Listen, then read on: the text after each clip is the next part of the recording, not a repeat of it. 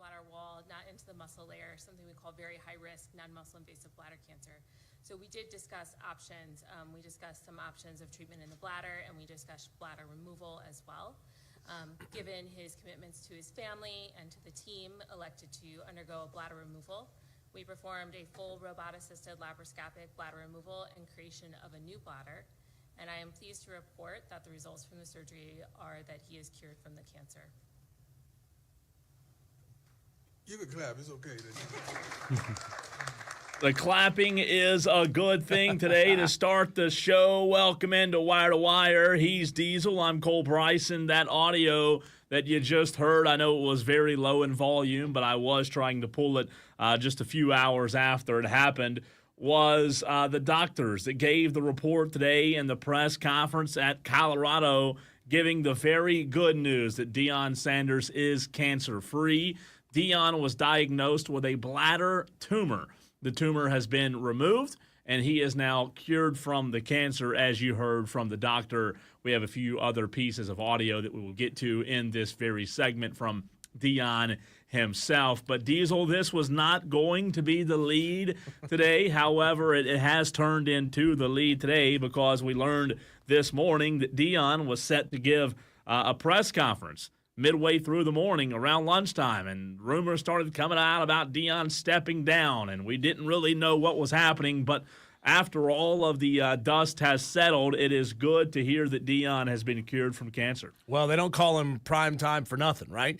Get everybody together, make them think maybe the worst is coming, and then bam, hit them with the good news. Yep. You love to hear stories like this. Look, I know there are a lot of people out there who don't like Deion Sanders because of his flashy ways, but you can't deny the massive impact he had on the game, on football, on baseball, on a bunch of young men's lives at Colorado, and before that at Jackson State. Just a phenomenal story, man. You love to hear stuff like this. It's far too often that we only hear about the negative side of those kind of illnesses and cancer that take far too many people. For sure. You love to see this for Deion. And that's why I wanted to lead with it. Not enough positive, right? There's no such thing.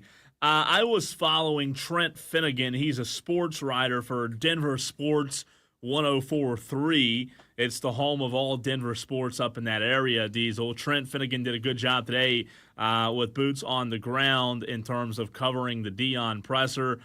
Coach Prime's procedure, listen to this, was done robotically with a robot controlled by the doctors, then had some lymph nodes removed, then had an artificial bladder created in lieu of the original one that was removed per his medical team. We'll get to some Coach Prime audio, but he did have a message to the fan base where he said, I love them, I appreciate them, I adore them, and I don't take them for granted. He also mentioned, Diesel, that Randy Moss was in his phone every day, on his phone every day, giving him a call, who, if you remember, we talked about it about a year ago, was fighting a similar medical illness, Diesel, a medical issue, and Deion said he called him every single day to make sure he was straight. What's scary is Coach Prime's medical team said that only about 10% of people with Prime's condition live 5 years. And they're talking about, this being a blessing that they caught it early and able to cure it, a word that one of the doctors used. She said, don't use that word lightly, cure, because it doesn't happen often. And he talked about it being not a stare of death in the face, but Diesel, he talked about staring life in the face. And I tell you what, to your point, we don't talk about it enough, but man, when people are able to beat that terrible disease for now, I know you never know what can happen in the future, but it's a good thing to see. Yeah, you wanna ring that bell, so to speak. That's sure. That's what cancer patients do when they finish their final round of chemo and they're declared cancer-free. They get to go ring that bell and celebrate the fact that they've gone through hell and come out the other side. Just goes to show, and a lot of men are unwilling to go to their doctor and have hard conversations like that, especially we all know what happens when you hit the age of 45. You go get that procedure done, would you? Get out in front of things early. Allow the doctors to detect things early. Don't react because, you let this thing go too long and it really, really, really reduces your chances of fighting it. I'm glad you brought that up about the doctor. Another message from Coach Prime in the press conference. For people who are scared to go get checked out by the doctor, Deion responded and said, "Would you rather be dead?" This was another piece of advice, Diesel, from the medical team of Coach Prime. They said the fourth most common cancer in men is bladder cancer. Signs are found in the urine. Make sure that you're going to your primary care. No smoking. Eat well. Wise words for everyone in the world. Football was discussed, but obviously the main focus was, him beating this. And also another interesting fact, a lot of this was going on during the NFL draft. During that time process. Yeah, he was dealing with a lot of other things on his plate, too, at the same time. And Philip Moore says 45. I thought it was 50. It's not really the point there, Philip. The point is, go get yourself checked. Whenever your doctor prescribes it, go get it done. Don't be afraid of it. Don't run away from possible medical conditions. I wouldn't know. I'm still a few years away. Well, I'm not that far away from it, man. So it's in the back of my mind. He talks about his son. Here's a piece of audio from Deion talking about his sons and not wanting to make it about the illness. All the bull junk that's transpired on draft day, it wasn't just that. It was just I knew as well I had a surgery coming up. My sons to this day don't know what transpired. I just told them something with my foot, again, because I wanted them to focus on making the team and not focused on dad. So they really don't know. My daughters do, and this joker right here, much love to my son, Junior, who have not left my side since we found out what was taking place. Not one day. He's been with me here, been with me in Texas, been with me everywhere, every day, and I've seen his handsome face. And I love you to life, son, and I thank you for everything you bring to the table. Really interesting that he didn't even want it to be a distraction for his sons. That's, again, luckily things turned out very well for Deion. But if that was my father and he was dealing with that, I'd want to know, right? I wouldn't want to be kept in the dark and told it was a foot surgery. I'd want to be there. I mean, life is way more important than getting out ahead of camp for the Cleveland Browns, And he also said, "I'm back, baby." You have a great coaching staff. How much have you relied on them? And how much we rely on them this season, maybe to help out? I don't have to rely on them. I'm back, baby. I'm back. I don't rely on them no more. I'm gonna be with them. One more time, I like that. That was too good. That's a audio gold right there. How much have you relied on them? And how much we rely on them this season, maybe to help out? I don't have to rely on them. I'm back, baby. He got a new bladder. I got a new bladder. It's Louis. With them. He got a new bladder. You don't have to rely on them. That is fantastic. And you know what? I think it's I don't think it was a bad question. I think it was a valid question because you don't know how much time he missed, right, during spring ball, Diesel, during the first part of this, or really during the entire summer, right? And going forward, the reporter didn't know, how quickly he could get back in the fold. So I love the answer from Deion. He's back. I don't know what Colorado, if they'll be back, but as far as Deion, he's back. And I don't know if you saw this, Diesel. He was head to toe, full cowboy today. Overalls, his swagger, his cowboy hat, his shades. He was looking good. Here's one more piece of audio. Deion keeping it real, talking about, during the tough times, never asking why. I never once through this whole journey said, God, why me? Because I would have to say, God, why didn't you sit me up here in front of these wonderful people? Why you give me the position of the head football coach of the prestigious university? Why you allow me to father 5 wonderful kids? Why you give me these relationships with these wonderful people? Why me, Lord? Did I have some of the things that I have? I can never say that. I can never say the other side because I'm going to have to ask that. I said, Lord, whatever it is that you're doing, let me know what it is so I could expedite the process. Because I know you got me. I've seen you have my back.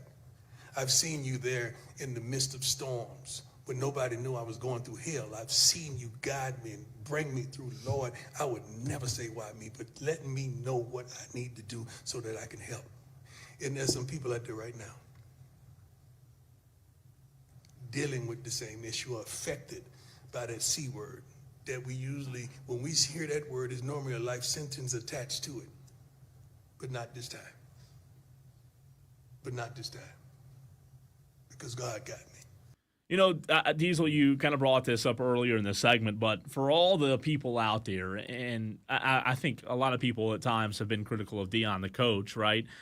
Just in terms of not necessarily critical of Deion, the coach, but just critical of maybe, you know, the flamboyance of it all, right? When it comes to the lights and the cameras, what you can't do, in my mind, in my opinion, after hearing a guy go through something like this and talk like that is, you can dislike Deion, the coach, right, for what he does, but I'll tell you what, man, sitting here on this Monday hearing that, how do you dislike Deion, the guy? And I know, you know, in his younger days he might have had a past, but who didn't, right? Who hasn't? And I have a lot of respect for that guy. I mean, look long and you're going to find a lot of cocky 19, 20, 21-year-old kids who have more attention, more fame, and let's be real, more money than anybody, you know, should have at that age. And having that skill and having that confidence. We want players to have confidence. We want them to have swagger. But when it's on display, we tell people, no, don't have that. You need to be humble. You need to slow that back down. You need to slow your roll. And Deion is unapologetically himself, right? He's never changed who he is. He leads his football program at Colorado the way that he played the game of football. And you got to love a guy who is who they are. They're not afraid to be who they are, and they're not changing it for anybody. By the way, Tolo's out there in the Greenville area. It was like 30 minutes ago, a beautiful sunny day, and I just looked out the window, and you can literally see sheets coming. Look at that. Oh, wow. Look at I that. hadn't even noticed that. It is coming down. It looks nasty out there. I hadn't seen any lightning yet, but Tolos, if you're over in the Greenville area, be careful because there's looks like it's pounding the Malden area right now. Is that toward Malden that way? Yeah. If you're out listening, Tolos, be safe out there because it is nasty looking. I mean, that thing just popped up like that. So, you know how it is this time of year with the summertime storms. Colorado trainer Lauren Askevold said, talking about Deion after the press conference, Lauren said he never folded one time, never wavered. Colorado team trainer Lauren Askevold said you couldn't ask for a better patient because he wants to get up and he wants to get going right. So it's been awesome. It's been a hectic journey, says Lauren, but there's a blessing very in disguise with all of this. And 57 years old, Deion is. 57. Yeah. Doesn't look it. I mean, he's almost 60. I guarantee he's still hitting the gym every single day. Yeah. even if he's not in there for 2 hours, he's got time to go in there and pump a little weight, man. He looks good. He looks good. You know what's interesting about it? You kind of go back and think he has been out of the public eye for a while now, right? Kind of since the draft, you haven't really heard much of Deion. And a lot was made about his son because of what happened with the Browns and the draft. But there wasn't, if you think back, Diesel, there wasn't much said from Deion. And it kind of makes sense now, right? Because just imagine if Deion were in full health, you and I can imagine that we would have heard a peep or two from Deion during that whole process with his son. And that's what's interesting. Yeah, he'd have been all over that. He would have had words for the media. He'd have had words for every team in the NFL that passed on Shadur, said that he's coming for every single one of you. And all he needed was a shot. And again, man, it's fantastic to hear this news for Deion and for his family and for his 5 kids and for his wife. And look, as much as people may say they don't like Deion for his flamboyance and his style and his demeanor, you can't deny that he's not a good family man. Now, on the other side, on the football side, looking at their 2025 schedule, they are obviously, Diesel, as we all know, without Travis Hunter, who went pretty high in the NFL draft. They're without his son, Shadur. Freshman quarterback. Freshman, a lot of inexperience. And you know what they do? They open up on a Friday against Georgia Tech. I know it's a home game, but Brent Key and Georgia Tech making their way to Colorado. Didn't you and I talk about the other week, this being one of the games, it's kind of a sleeper, not like the biggest game in week 0, week 1, but This game kind of has a lot more weight than we realize. It's interesting, and I think Georgia Tech will win this game too. fairly handily. You know, Yeah, I you think would they'll win think. it. I think they'll win it by 2 touchdowns. You got a freshman quarterback, sophomore tailback. You got some age and experience out there on the edge and on the line, but if you can't get the ball out of the pocket, and that's going to put a ton of pressure on Aki Oguyubi and Zyke Chisler. They've got to keep him upright and give him time to develop and figure this out. I don't know if that's going to be Georgia Tech's strong suit this year, so we'll have to wait and see. But I think this is going to be kind of a beat down in Colorado. By the way, without looking, that's a Friday night game, so don't look. Guess the spread. Have you looked already? I have not. I'm going to say Georgia Tech minus 6.5. 4. -4. That's it. Tight. I think it's a little too much. A little too much respect to Colorado and to Deion. Georgia Tech, think about that.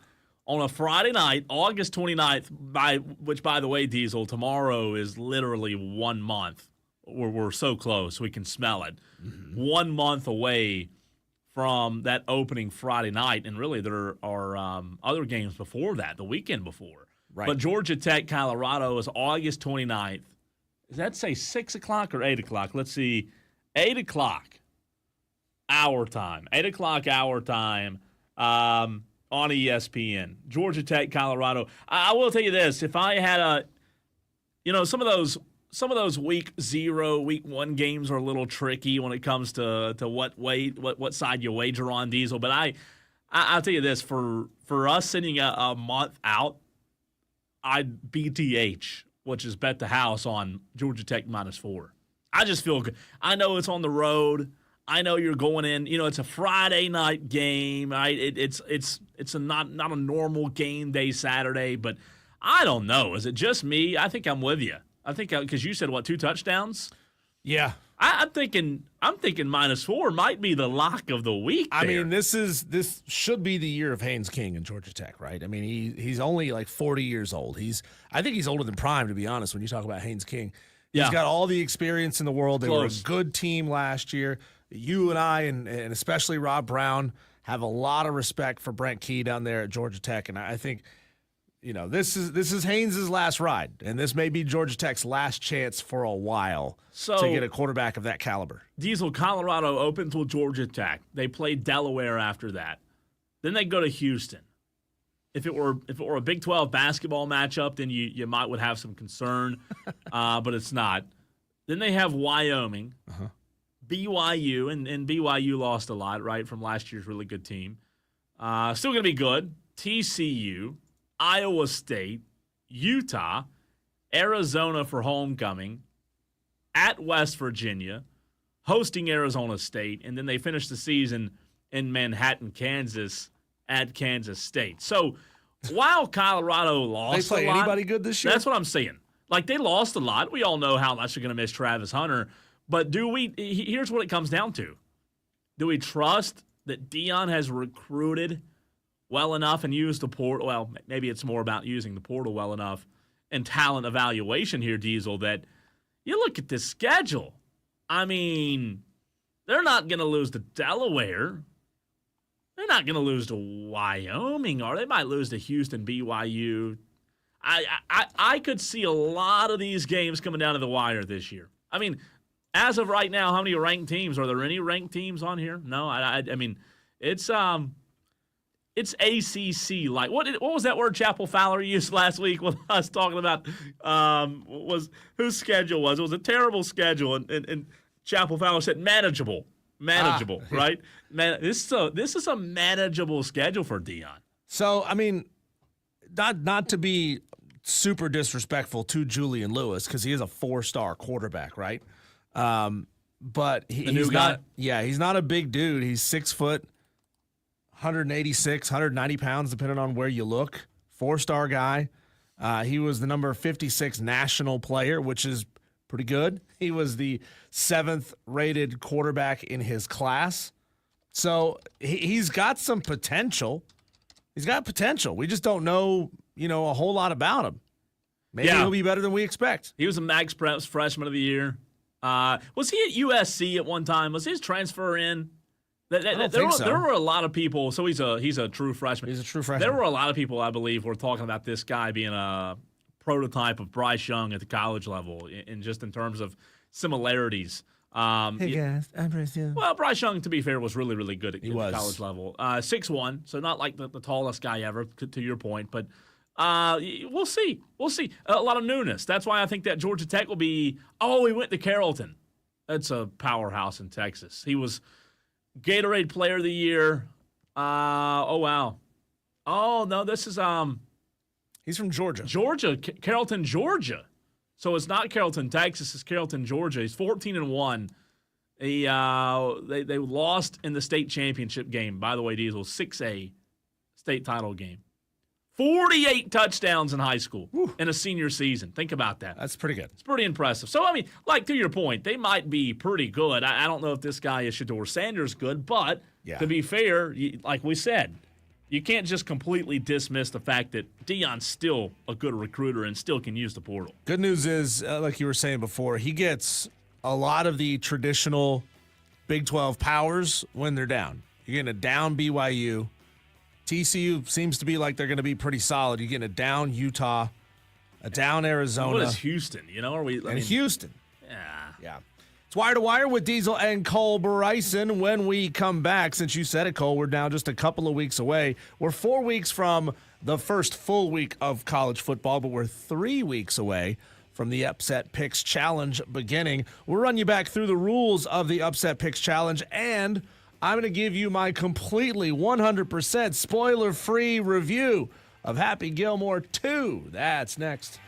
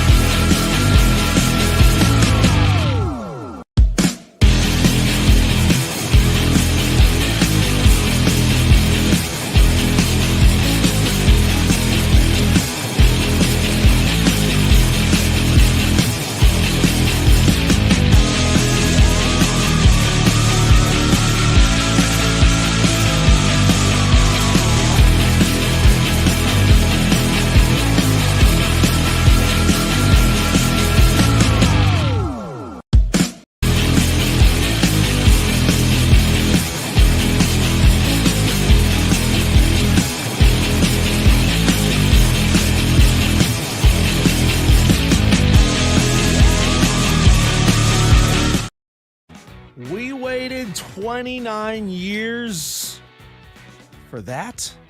Happy Gilmore 2 on Netflix. It is the #1 movie currently streaming on Netflix. And before I get to my thoughts and my reviews, which I'll try to do my best to keep it as spoiler-free as possible, we'll figure out what the rule is on spoiling a movie like that, like how long you're supposed to wait. But on Rotten Tomatoes, one person said of the movie, "I think this is my final breakup with the once great Adam Sandler." Ooh. Another comment said, "I hate to do this, but this movie was 0 out of 10 stars. It was cameo central and cheap. No effort jokes. Don't meet your heroes." Tough. Those were brutal. Harsh. Yeah, harsh reviews. The one person says, "I only gave this a 1 star because you can't give it 0 stars." Ugh. Tough, man. Happy Gilmore 2 That is out. bad? Look, we all grew up with Happy Gilmore, so I get it. We all have an emotional connection to the original movie, which it was a I wouldn't call it a good movie, right? Like, it's no Dances with Wolves. It's no Braveheart. It's no, Herbie the Love Bug. But there was an actual storyline to it.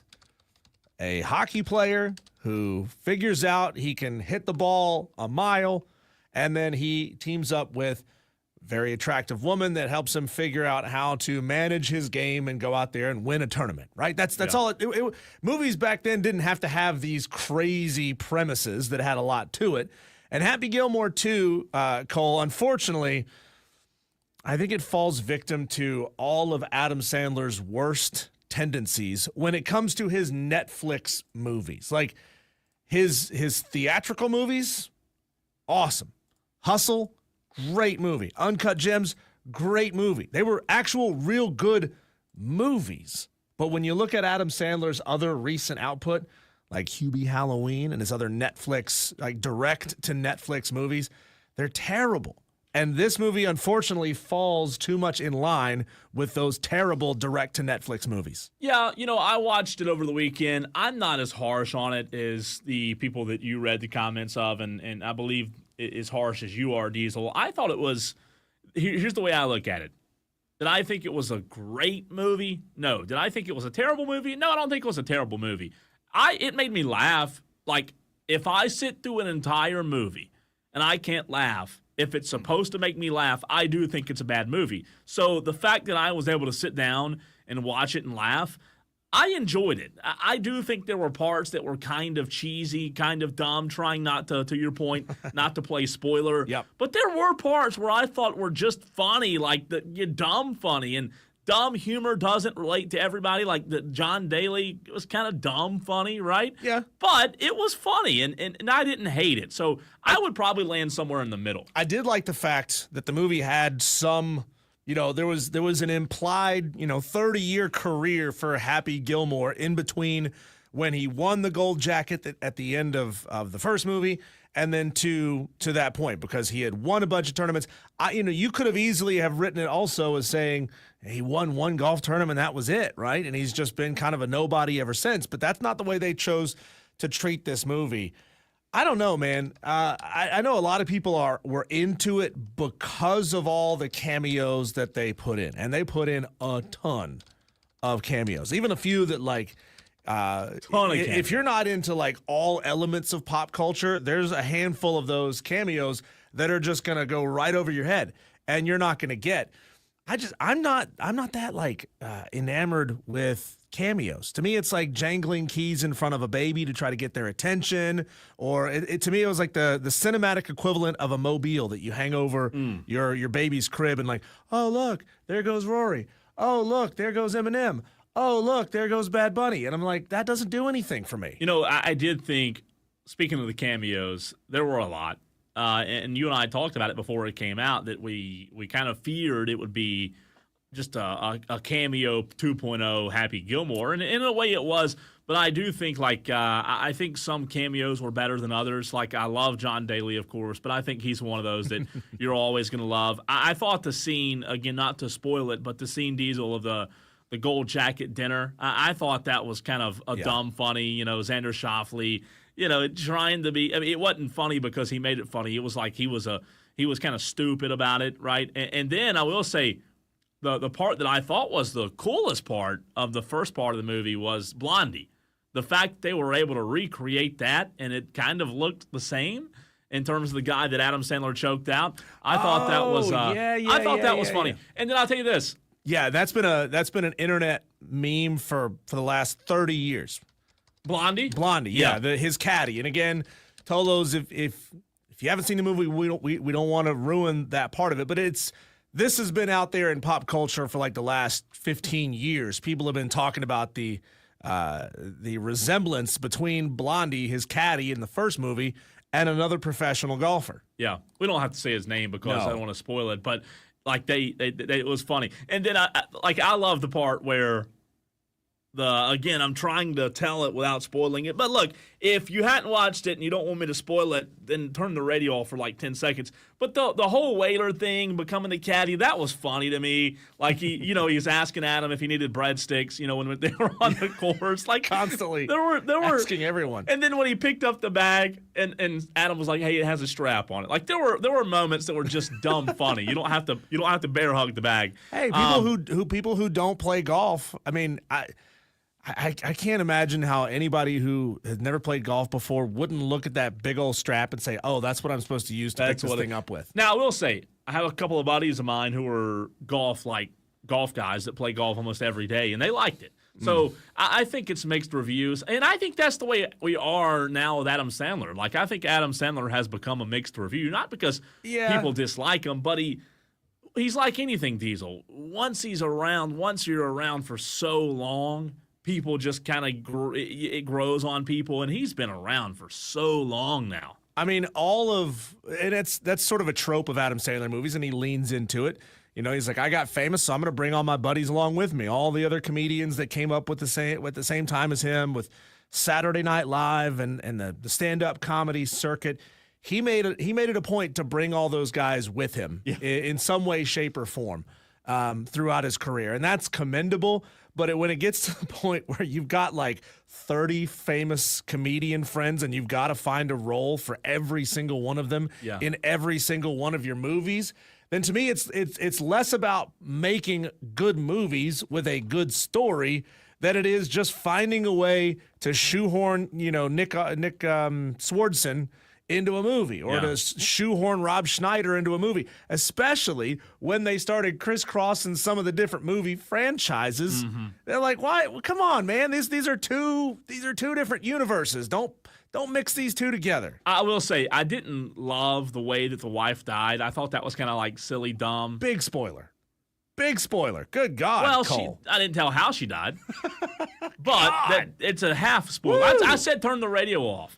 But I didn't love that. It. Was kind of weird. Yeah. But how about Vern Lundquist? Like, that was funny. Great. Right? Well, him cursing. Like, it wasn't typical Vern Lundquist. I felt like there was so the first half of the movie is very much like loaded with flashbacks to the original Happy Gilmore. Yeah. As if we needed them, right? Because we didn't need them.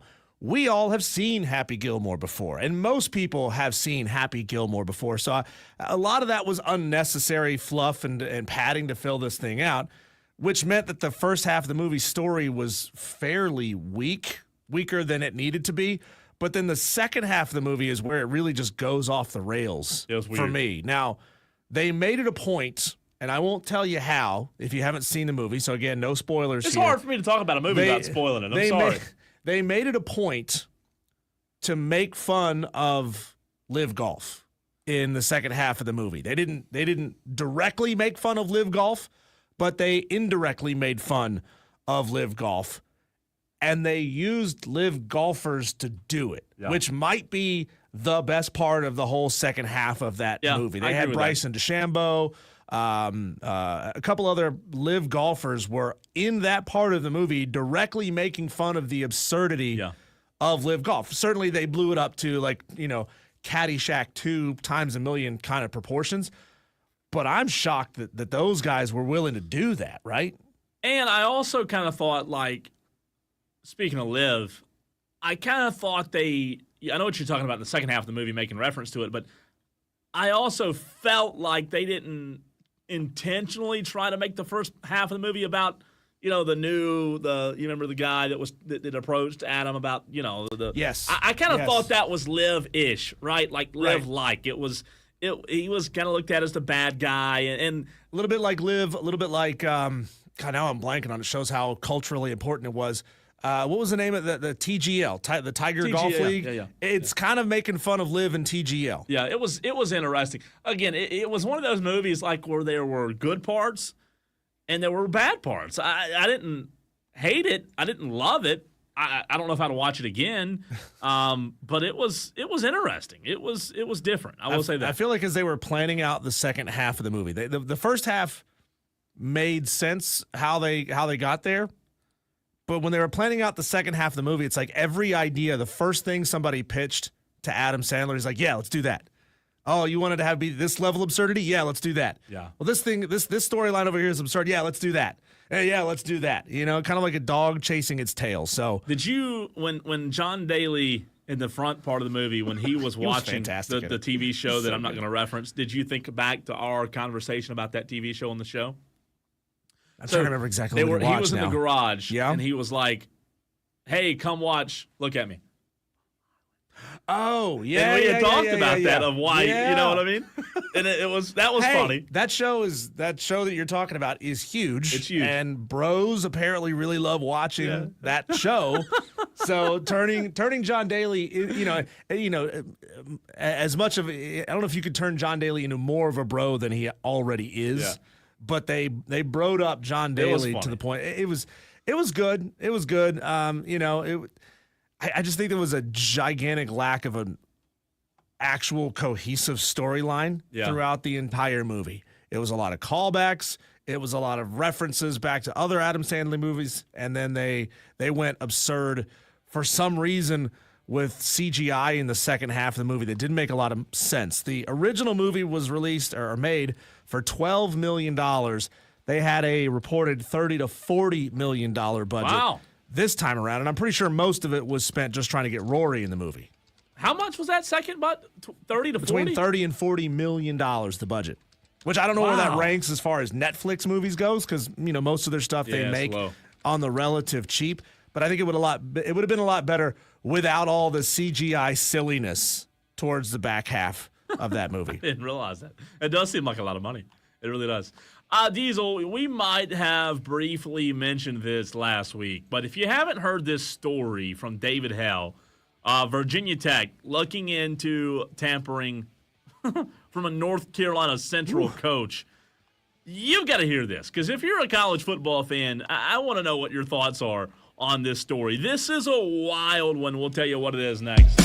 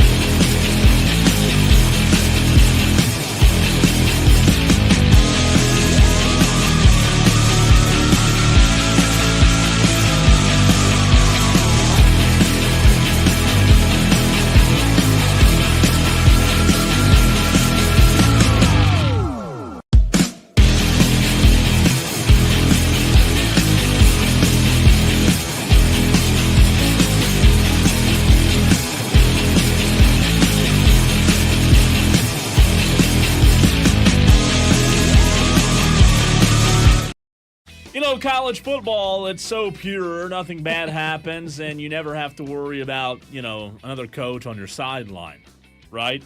That is right? Am I saying that right? Yeah, it's illegal. Tampering is illegal.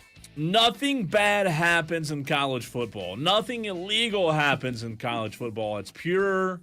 Everything's a bed of roses. Especially now that we have NIL. Yeah, that helped it. That fixed it. Except, Diesel, if you're Virginia Tech and North Carolina Central. So let me break this down, Diesel. You and I mentioned this in our Daily Wires last week. But at a media event this past Friday, North Carolina Central coach Trey Oliver was asked about the most ridiculous moments he's ever faced in coaching. And first of all, I respect the heck out of Trey Oliver that he told this story, right? Because a lot of coaches wouldn't. Oliver answered, and he said he found a Virginia Tech assistant coach on the sideline for one of the North Carolina Central games last year and suggested the coach was there to lure his star running back, Jamari Taylor, into the transfer portal. And I quote, Virginia Tech was actually on my sideline recruiting our running back, Oliver told reporters, according to WRAL News. That was pretty bold. I couldn't believe it. He didn't name, the coach, Diesel, but the player later did transfer. And you know what? If that's where we are, that a coach from another school is on a sideline during a game, I don't know if there's any hope for college football. Well, the best part of all this to me is that the running back in question did enter the transfer portal, but he went to Virginia Tech's rival, Virginia. Yeah. So Virginia Tech is being brought into a recruiting scandal, and now they're having to investigate and do all this mess for a player they don't even have on their team. That's the best part. And Yeah. I'm sure they're having to lawyer up. They're having to spend money. They're tasking people who should be doing other things right now. They're tasking them to deal with this. And you know what the funny part is? Like, you always hear stories like this, Diesel, but this is just, like, I guess this isn't really funny, but the funny-ish part to me is this is just the one that we've heard about, right? Like, Oh, yeah. we think the Connor Stallions thing, that was the first time that ever happened with Connor Stallions and what happened with Midge. It's amazing what, when these things are brought to light, that we think there's some big deal, but in reality, I mean, just go ask a former college coach out there and see what he has to say about things like. I bet they happen far more often than we realize. Yeah, it's a scary thing, right? I guess they would have to go back and find footage of this actual game to see if that Virginia Tech coach had any direct one-to-one contact with the player, if he was standing there chatting with somebody who is a known associate of the player, a parent, essentially an agent, so to speak. Yeah. If he had that kind of contact, man, that's big. That is, I mean, look, we know tampering and we know luring happens, and we know in this pay-for-play era, guys are entering the transfer portal for a lot of them are entering the portal just so they can go make some more money somewhere else. You got to be a good enough running back or good enough player at what's NC Central? Probably, are they FCS or are they Division II? No, I think they're Probably FCS. Yeah.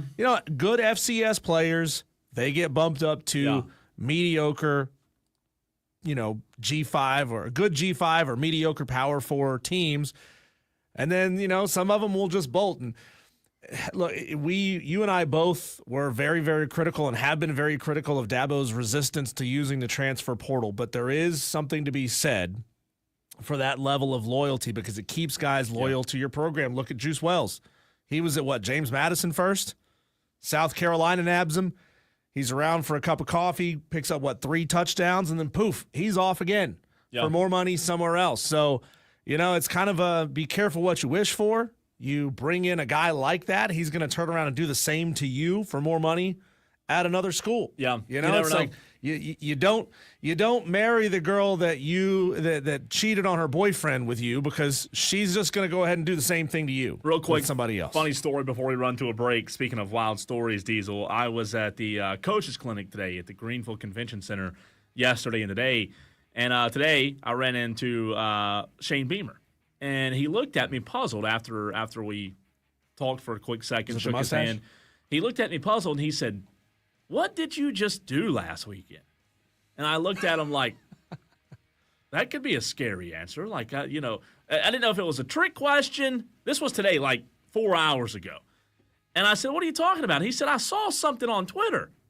And I said, "Oh, skydiving." He said, "Yes." He said, "Are you crazy?" And I said, you mean to tell me you wouldn't do it? He said, "No, I wouldn't do it." He said, "There's no way." He said, "We have a donor who skydives all the time, a big donor, and they've asked for a trustee member or something." And he said, "They asked me," and he said, "There's no way I'll do it." I said, "How about this?" I said, "I'll invite you. I'll pay for it. I'll take care of it." "No, I'm not doing it."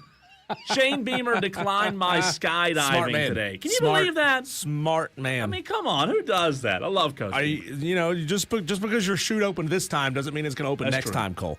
When we come back, Tolos, let's talk football. Let's talk college football more specifically. And I'm going to give 3 way overhyped teams who don't have a snowball's chance and you know where to win the national championship. Tolos, you can give yours too. 844-FAN-PHONE. That's coming up next.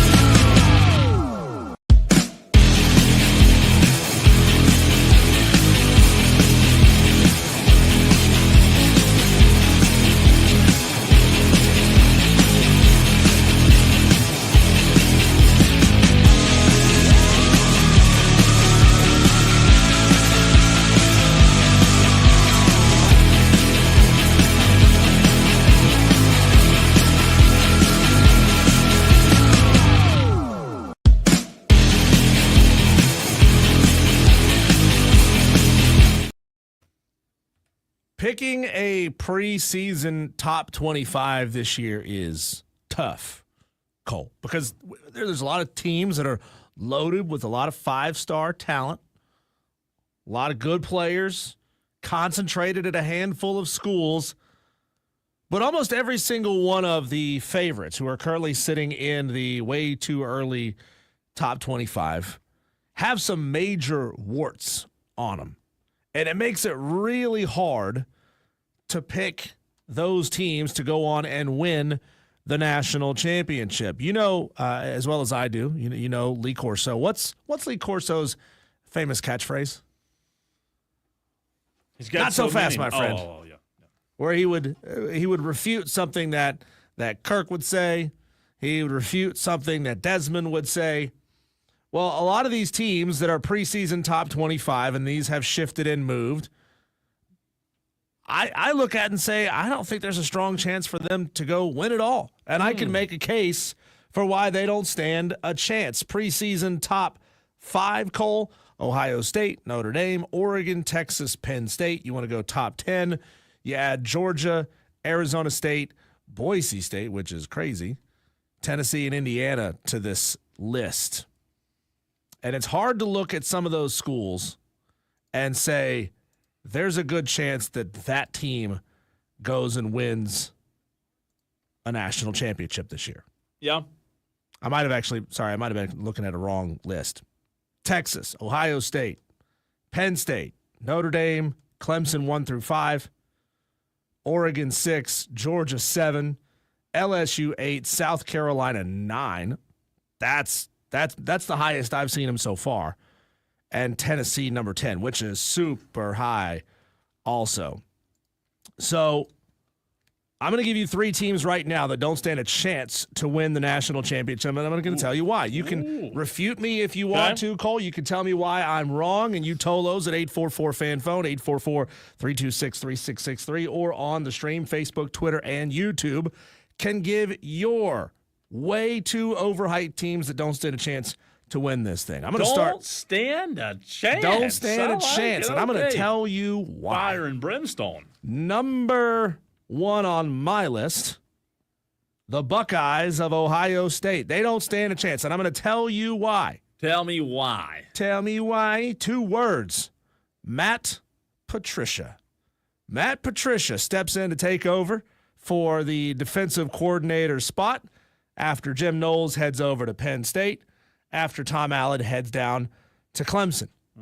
But Ohio State, with only 3 returning defensive starters this year and a defensive coordinator that has had some major ups and downs, mostly ups when he was with Bill Belichick in New England, and he was that hot name for a while. But his defenses stink. How come this guy keeps getting jobs? That's what I can't figure out. This guy keeps getting jobs. So the defense is going to be the number one thing that keeps Ohio State from winning a national championship this year. Again, 3 defensive starters come back, 6 on offense. It's not my only reason, but that's the most glaring one. Yeah, look, I'm not saying defense doesn't matter. And to your point, defense does matter. Ohio State's defense last year was really good. You mentioned that they're only bringing back 3. Is that what you 3 starters on defense? Which, you know, there's a lot of inexperience on that defense coming back in 2025.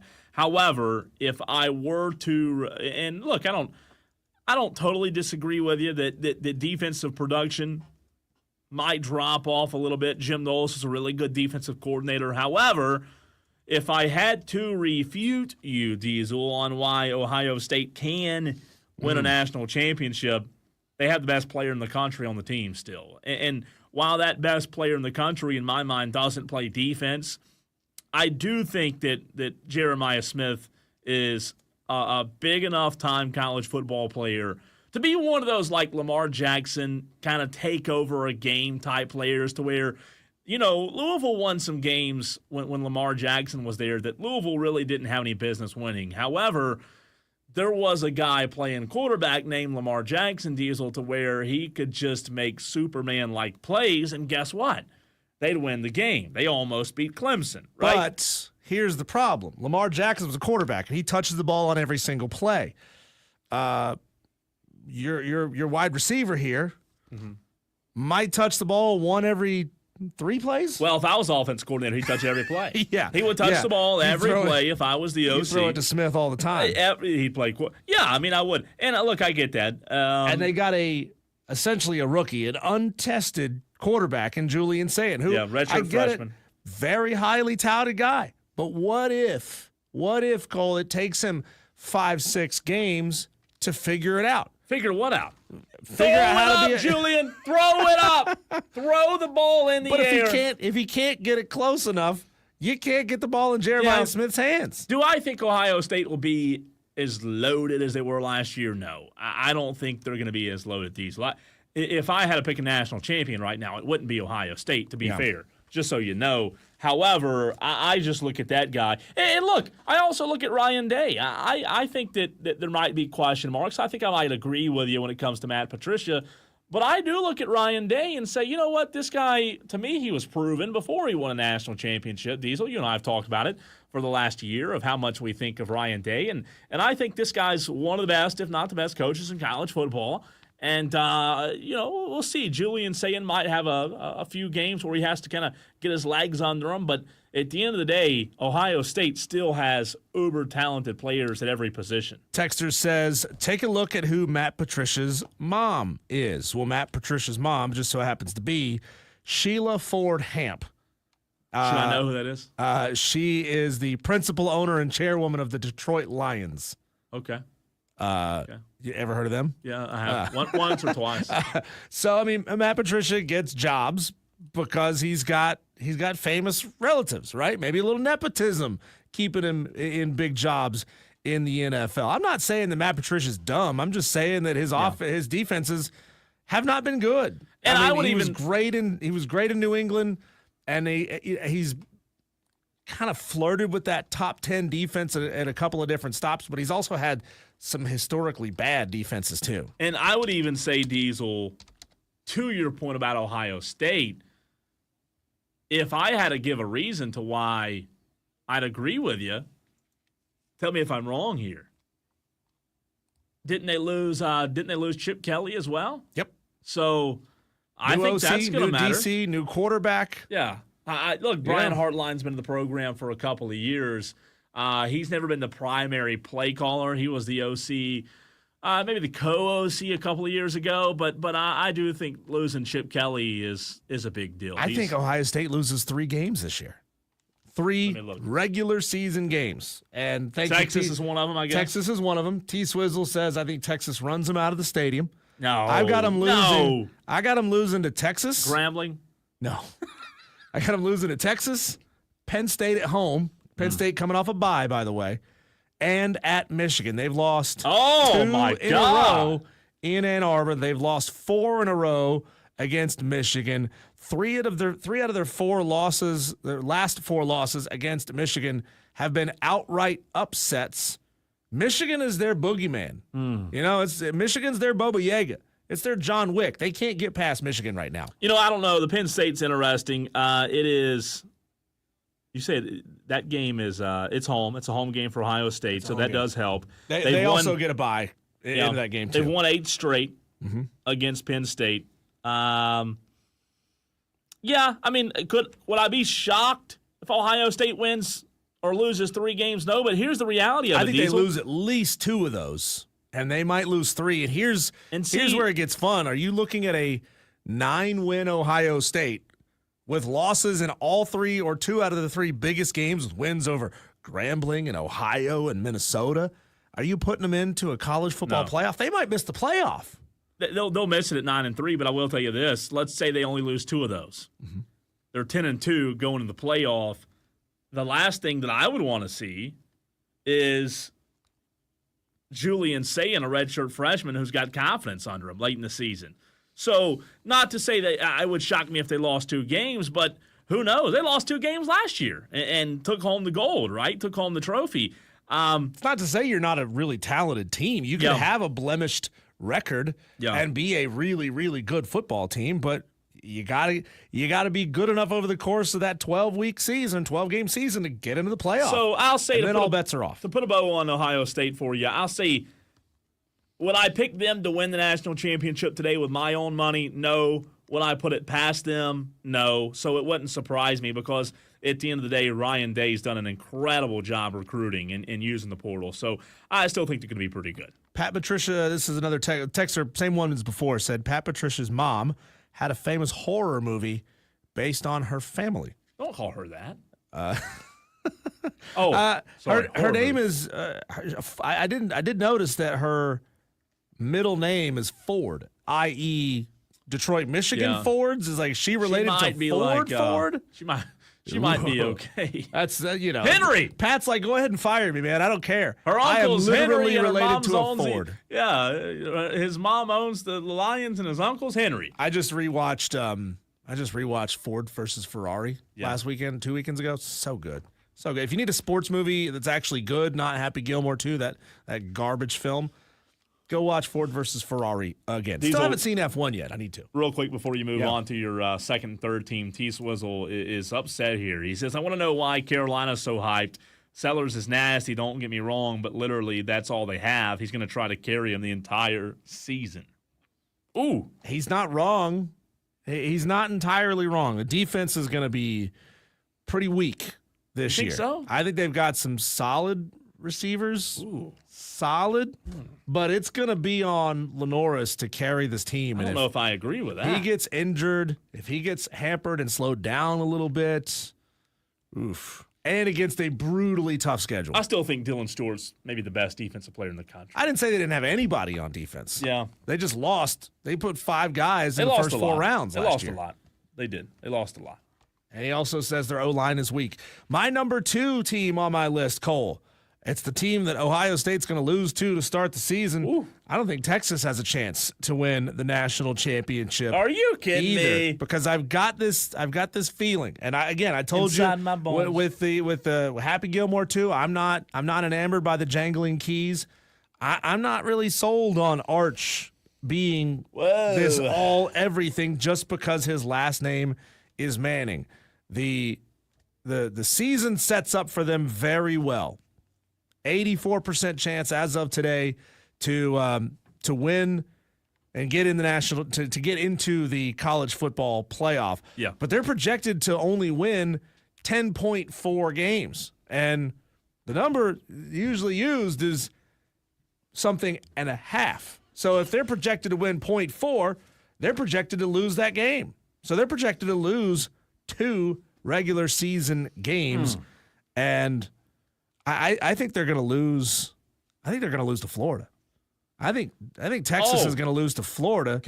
In week 5? I was during the commercial break. Speaking of Florida, I ran to the restroom, and while you mentioned Florida, 31 minutes ago, On 3 reported this is big news, and I apologize for forgetting about it. New like is in news. Florida quarterback DJ Lagway has been in a boot as he deals with a minor lower leg injury ahead of fall camp. Zach Albaveretti reports. He's a senior writer for Gators Online. So not good news if you're a Florida Gator fan today. No, you don't want that to. That's not good. You don't want that to metastasize, so to speak, and haunt you all season long. That could be tough if it becomes a nagging injury. So but you think they lose how many? I think Texas loses 2. At least that's the projection. The projection is 10.4 wins.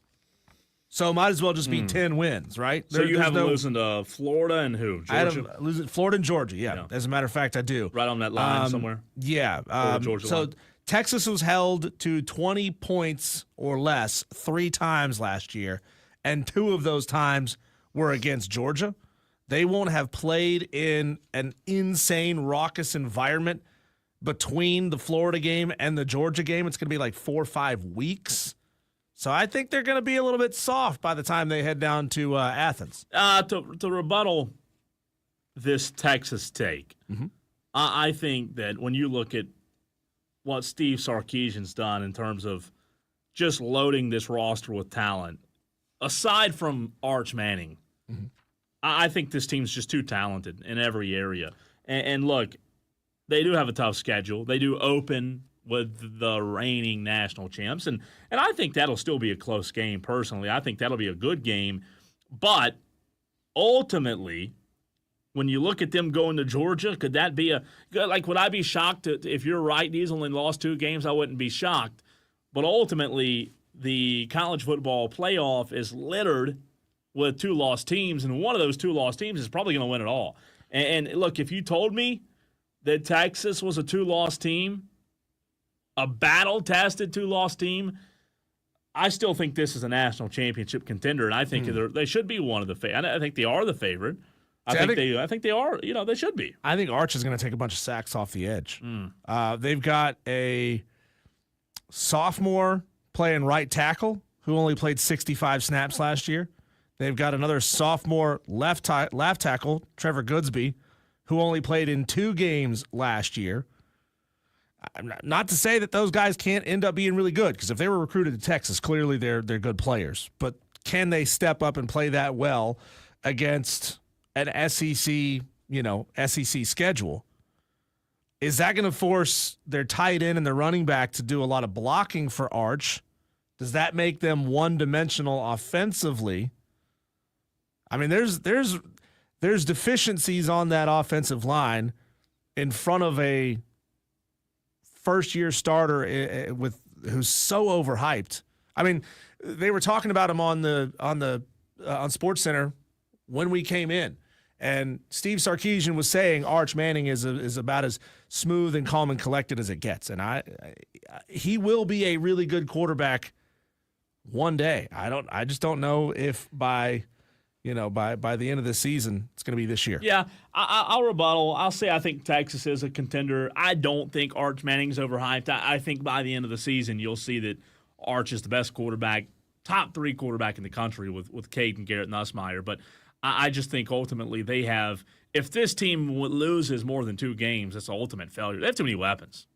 My last one here for you, and as I see we've gone over time, I'll keep this one quick. Penn State, James Franklin. James Franklin is the reason why Penn State will not win a national championship. He's not good in big game situations. We've talked about his record against top 10 and top 25 teams. Not good. 3-17 against top 10, 11-24 against top 25. You look back at the 2017 Ohio State game, the 2018 Ohio State game, the 2022 Michigan game, and he keeps finding and inventing new ways to lose games that he's got in the bag. The biggest thing with me, or for me, Diesel, with Penn State, is I do like Drew Aller. I think he's a good quarterback. I think he'd win a national title at Alabama this year. I just don't know if Drew Aller has the weapons around him that he's going to need in order to be explosive enough to beat the best defenses in college football. I think he's really good. I don't think he's the type of quarterback that can separate himself and be the difference maker. We'll see, though. We'll see. Diesel, earlier today I told you I was at the South Carolina Athletic Coaches Association Coaches Clinic in Greenville. Over 450 coaches from across the state. We've had Scott Earley, the executive director, on the show before, and we revisit with him. I caught up with him earlier today to talk about the future of high school athletics in this state and even NIL. If you're a high school football fan or just a fan of sports in general, this one might get you, really, really fired up in terms of NIL coming to high school and a lot more with Scott Earley next.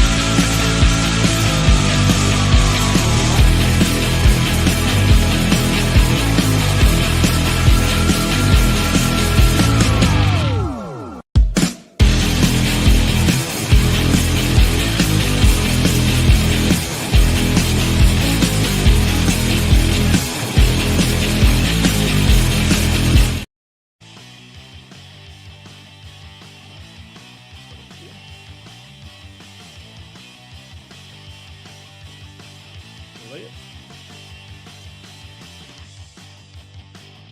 Cole Bryson with the Fan Upstate, sitting down with Scott Earley, the executive director of the South Carolina Athletic Coaches We've got Association 18 in minutes. 2025 Coaches Clinic in Greenville, the All Sports Coaches Clinic. Scott, how are you, man?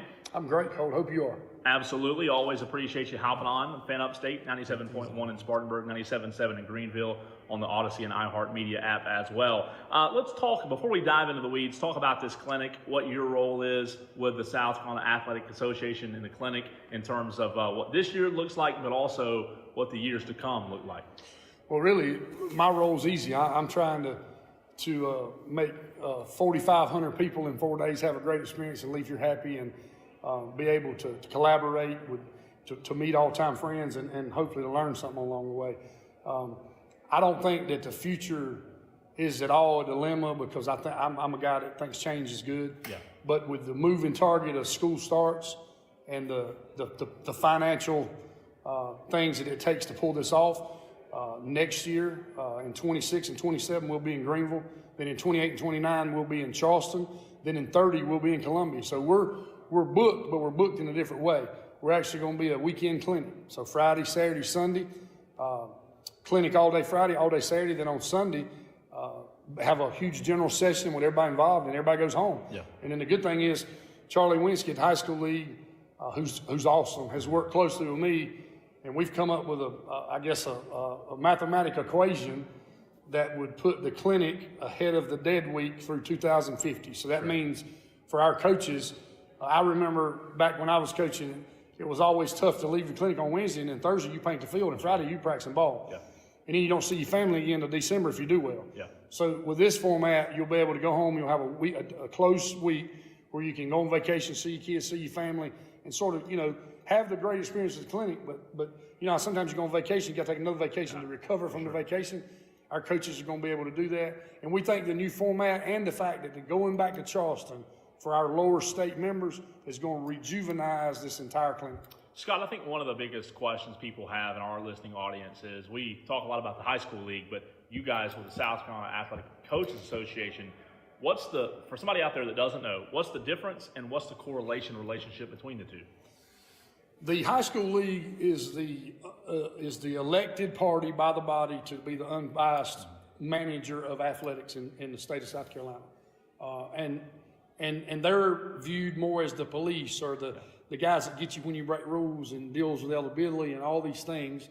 So they get a bad rap a lot of times. They're doing what we're asking them to do, so why are we arguing about asking them to do it? We're on our side of things, we're a servitude group. We're here to serve and facilitate and advocate for coaches.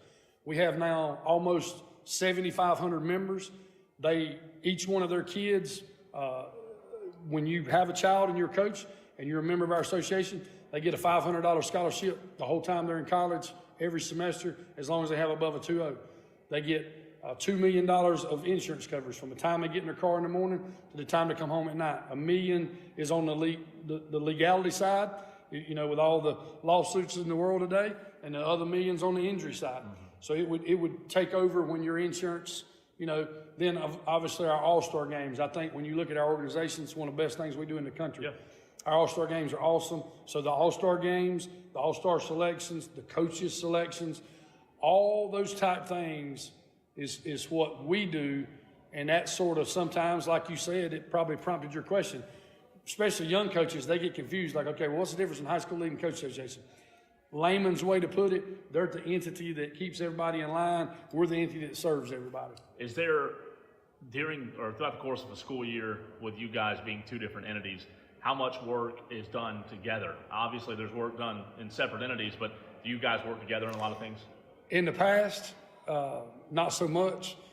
Ever since I took over this job, I made a commitment to the high school league and Dr. Singleton, and we've been able to travel all over the country to look at, okay, how does high school leagues and coach associations work in Texas, Mississippi, Oregon, Georgia, and then we take the good from them and we come back and use it and make it better. A lot of our structures actually come from the state of Mississippi because Mississippi and South Carolina are so similar in athletics and all the other things we do. So we actually work together on just about everything now with collaboration, communication. We host our Tomorrow's 25 at the high school league for the entire time. Now, through Dr. Singleton's nomination, I've been elected to be the sectional director for the 8 southern states. So I'll be in Indiana advocating for, what our 8 states need compared to what they need in the Midwest or the West. So we work together on just about everything now, and I think that makes this so much better. Sure. We cover a lot of high school football and high school sports, and I talk to a lot of coaches throughout the course of the year that have, different opinions on different rules in terms, let's just use, for example, the 8-quarter rule. With you guys being the entity of the Athletic Coaches Association, do you guys have any extra pull or extra power if you have coaches come to you and say, look, we've got to fix this. We've got to be able to get these kids playing on Friday night and Thursday nights both. How does that work? It actually works just like you described it. Okay. If we try to put the opinion of the better part of 6,000, 7,000 people behind what we say. So just like during Helene with that crisis, moving back, we advocate for coaches. So because we have so many members and because we've been established since 1948, we do have a little pull. So we try to get involved, and when we get involved as one voice. Sure. Where the high school league hears different voices. Yep. So I think sometimes that helps. But now when you specifically talk about the 8-quarter rule, you're dealing with a medical aspect there. Yeah. And that's always going to supersede what the high school league thinks or what the coach association thinks. Because at the end of the day, coaches want to do whatever it takes to be successful. For sure. When you talk about the relationship with you guys, do you see, when you talk about other states like Mississippi, who you guys are kind of replicating after, do you see this partnership or whatever you call it between the high school league and the high school coaches association, do you see it continuing to develop in maybe new ways that you haven't expounded on or thought about in the near future? Yes, and basically because we don't have a choice. Okay. In the past, you could stand alone and survive. With what's going on in today's world of interscholastic athletics, if you can't put down your in-common differences and come together for a greater cause, you're hurting our student athletes and coaches in this state. One thing that we talked about several months ago, maybe toward the end of last year, there was a report out about the state maybe wanting to take over in terms of what the high school league does. Can you go into that and just in terms of somebody out there who maybe is driving in the upstate today who heard about that but not really sure on what the progress is on that, if that's even a possibility? It is. I mean, the people that talk about that have no idea what they're talking about. And that would be who? Sorry to cut you off. The constituents of the legislators. Gotcha. You live in a neighborhood with a legislator and you're out walking a dog and your child might have got penalized at the school or something might have happened as far as an infraction and obviously they're bitter, so they voice that to the legislator and the legislator comes back and gets together and I mean it looks like to me sometimes misery loves company. Sure. And the equivalent of what they're wanting to do would, and I redundantly use this phrase, would be like taking your car to the dentist to have the oil changed. Yeah. But the knee-jerk reaction and the simple, it's really a communication breakdown. They don't know that the high school league is elected by the body and they do athletics all day, every day. Sure. And and in 2 other states where this has happened, within a year they've gave it back to them and said, sorry, we've made a mistake. Okay. I mean, legislators don't want to be answering calls all night about who's eligible and who's not and who's on probation, who's not, and all that kind of stuff. But at the end of the day, there has to be parameters in place, and in other places where they're not, you see chaos. I mean, the state of Florida, for example, it's the wild, wild west. You can play football one school, basketball another school, baseball another school, turn around, and you get a $5 Uber card to get you there from out of district because you can run, jump, and catch. That's something we want to prevent here in South Carolina, and we want to prevent it without losing our best players to other states because they can have more freedom and receive NIL money as a freshman in high school. So what actions do you think are being taken and should be taken to prevent that happening? I don't know that it's going to ever be prevented because at some point we're going to be litigated against just like everybody else has. Sure. I'll give you an example. In the state of Tennessee, they took the same stance that we're taking. They were litigated against within 2 weeks, settled, and just flipped and said, okay, we're going to allow it. So at some point it's coming, but what we need to be doing right now is trying to prevent a problem, not trying to solve a problem. Sure. And I think that's the direction we're all moving at this point. It's just happened a little slower than I think the body or the public would imagine because there's a little more to it than meets the eye. So you say at some point you could see it happening. What happens to the high school league when that happens? what happens to the high school league when when the state kind of takes over, if that makes sense. I don't think the state's ever going to take over. Okay, gotcha. I think what they're asking for is maybe some change in leadership or some change in structure, or to be involved more so that when they are walking the dog and people throw questions at them, they can honestly answer to them what the high school league is. So I urge our legislators to do their homework. Yeah, be involved without taking over. Correct. Okay, I'm with you. Yeah. Yeah. Hope that makes sense to our listener. I think so. When you talk about this clinic, what do you think this clinic does for coaches across the state? Coach Beamer asked me this morning, how long have we been doing this? We've been doing it since 1948. Wow. And we really have, when you travel throughout the country, the two things I think we do better, are as good as Texas or anybody, is our all-star games and our clinic. It's a time to gather, a time to learn, a time to catch up, a time for jobs, a time for opportunities. And then being able to take any nuggets, any knowledge, any wisdom that you took from here back to your program. And I think when it happens, it makes everybody better. Having guys like Beamer and Dabo here, with those two being in the state for a few years now, Dabo a lot longer than Beamer, obviously. But what does that do for the clinic as well? It just shows the coaches here that coaching's coaching. It don't matter if you're on the high school level. They just talked about that. Sure. It don't matter if you're on the high school level, the college level, the NFL level. At the end of the day, you're doing the same stuff. You're touching a different group, and the financial windfall from that is different. Yeah. And some people want that, and some people don't. But it lets our coaches feel as good and as human as they are. And at the end of the day, we all put our pants on one leg at a time. You mentioned the All-Star game. I want to touch on that. I was at the North-South game this past December. What do you think the All-Star game, the future of All-Star games in South Carolina, because Shrine Bowl's been around for a long time. North-South game, I've been to the last few years.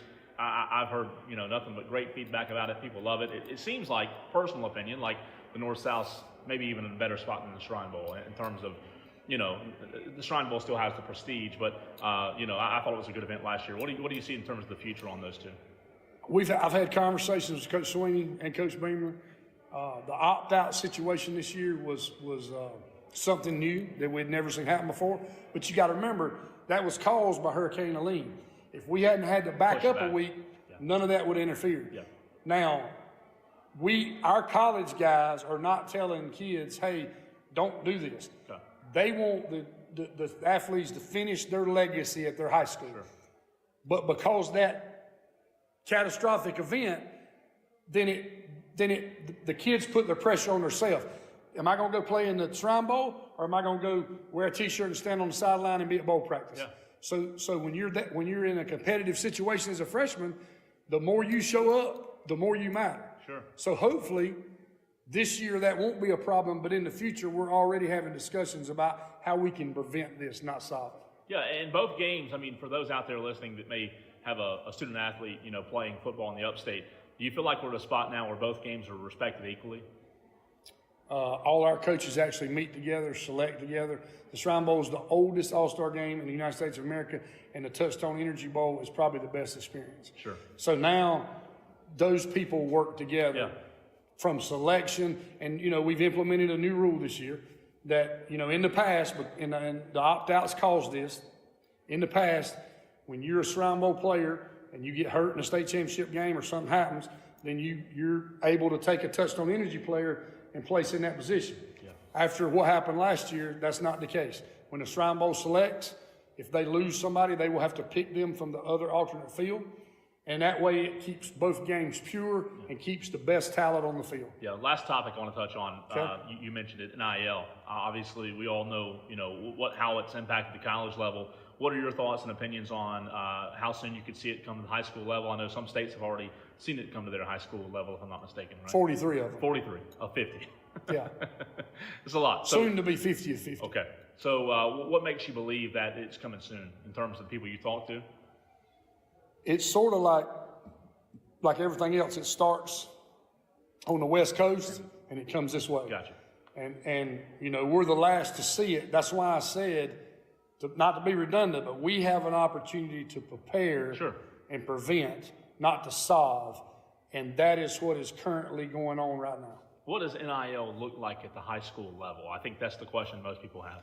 Well, if you keep the amateur status, which is, let's say, what the 7 other states out of the 43 are trying to do, that means if you in your driveway and you're a great basketball player and you make a video dunking or you do something and you get tagged and some business decides they want to market you, that's on you.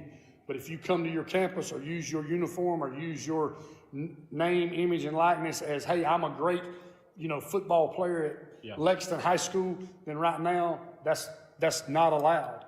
And that is something that is going to end up being here in our state. And it's my hope that we can have the structure in place before it gets here to handle it, because it's not going to go away. What do you think that structure looks like in terms of it being here, but also done in the right manner? Just like any other structure, compromise, being able to come up with a realistic approach where we can keep our best talented kids in this state and they can receive what they feel that they're deserved. Sure.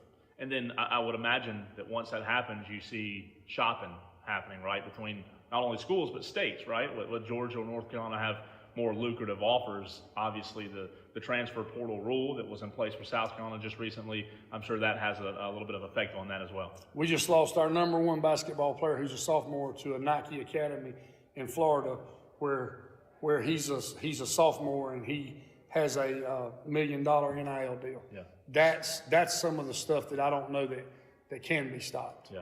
And do you feel like that's beneficial for the future of high school athletics? It's detrimental totally to the future of high school athletics. Yeah. So kind of to put a bow on that, you mentioned the amateur status. I asked you about the regulation, but how do you have it? It's kind of like the college level as well. How do you have it without that happening? Or is it you just don't? To be honest with you, you just don't. Okay. It would be the way I would like to see it structured, which I'm one opinion. Sure. It would totally come out of that and be equally distributed in a way that would come from the parent to the child and really not involve the school. Yeah. Because people, are having tremendous locker room issues right now, just like Maryland just basically said, hey, you can't win anymore here because this guy's getting $1 million, this guy's getting nothing, and maybe the quarterback's doing this, but the left tackle gets nothing. Well, you might get a lookout block or you might get a transfer. That's the kind of stuff we got to work through. Ultimately, last question for you: whose decision is it on when it happens and if it happens? Well, you would like to say the decision would be left up to the high school league, which is the body that runs athletics, but the decision is really going to be left up to what happens after litigation happens. And I hope that's not a knee-jerk reaction. But ultimately, for those out there listening, if somebody were to ask, is it ultimately the high school league's decision on whether it happens in South Carolina? Would you say yes, it is ultimately? It is ultimately, okay. Yes. Gotcha. Yes. And conversations you've had, do you feel like it's soon? I mean, soon could mean a year or 4 years, Oh, it's sooner than a year. Gotcha. Yeah, from what I've seen, it happens really fast. Well, Scott, we appreciate you. I know it's a lot, and great clinic as always. We'll see you again in December, I guess. Hey, man, thank you for being here. Absolutely. Thank you for having us on, and thank you for what you do for the kids in South Carolina. Thank you. And we're looking forward to the South Carolina high school football preview show happening here on the Fan Upstate Thursday and Friday. Thursday, we're going Greenville. That's right. Friday, we're going Spartanburg.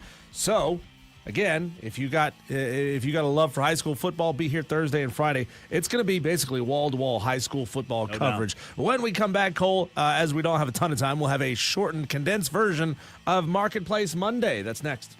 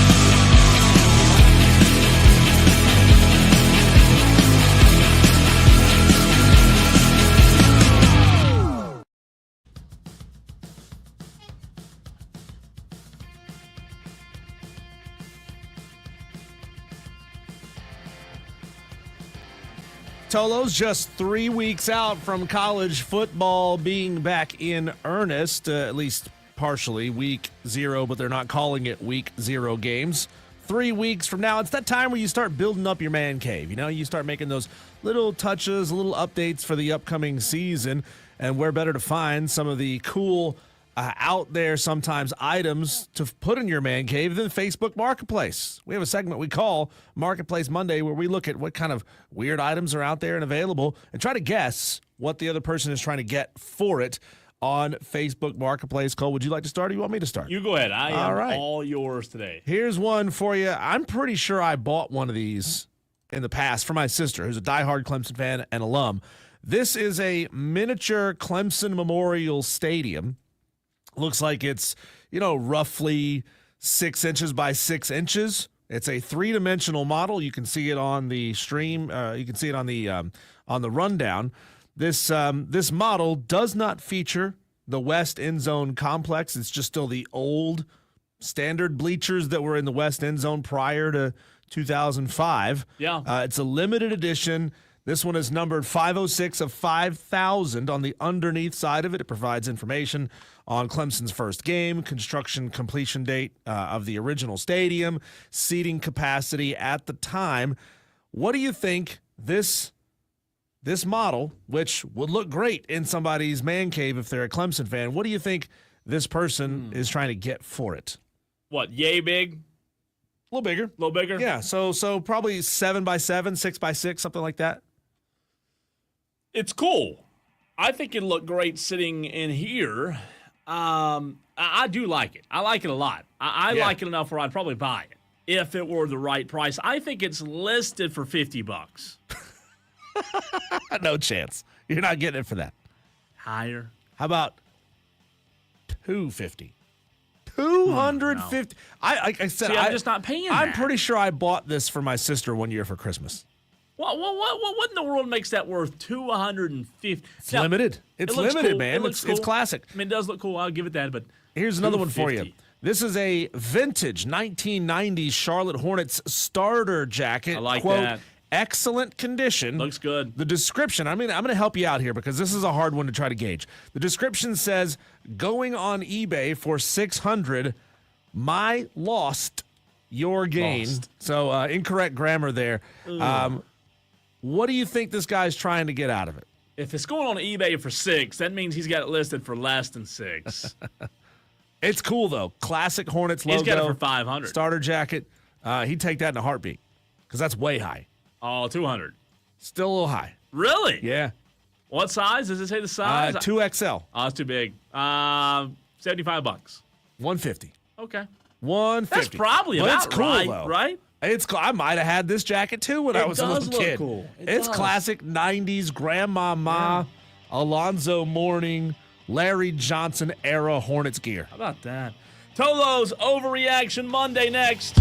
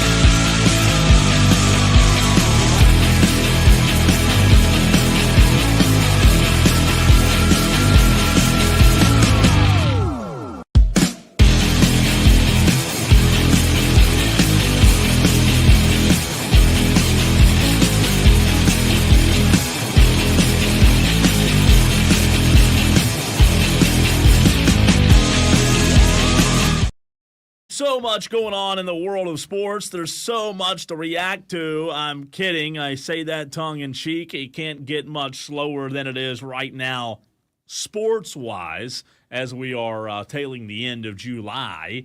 But give it a month. One more month or so, Tolos, and the overreactions. You won't have enough time in one segment to get all of your overreactions in. It's Overreaction Monday at 844-326-3663. That's 844-FAN-PHONE. 2 Tolos already on the line. You can get on as well. Again, 844-326-3663. A lot of text on the Hub City Spartanburgers text line about our high school kickoff shows. Diesel, we're doing Thursday and Friday. Lefty Tiger, JD, and a few others talking about it. Jersey Joe as well. And we are excited about that. But it is time to overreact. And Tolos, if you do call into the show, we will give you the floor before the Hub City Spartanburgers text line, Tolos, before Diesel and I give you our overreactions on this Overreaction Monday. I've got one concerning Clemson and South Carolina, but let's go to the phone lines where JD starts us off at 844-FAN-PHONE. JD, it is your chance to overreact on this Overreaction Monday. What's up? Well, first of all, gentlemen, thank you for taking my call. Mm-hmm. And quite honestly, Cole, I'm kind of reeling over here right now, man. I am You reeling a big worried fish about in? No, not that kind of Oh, reeling. gotcha. Not that kind of. Well, there were some Gamecock football players that went out and did some fishing today. They caught some nice fish. I don't know if you've seen that yet or not.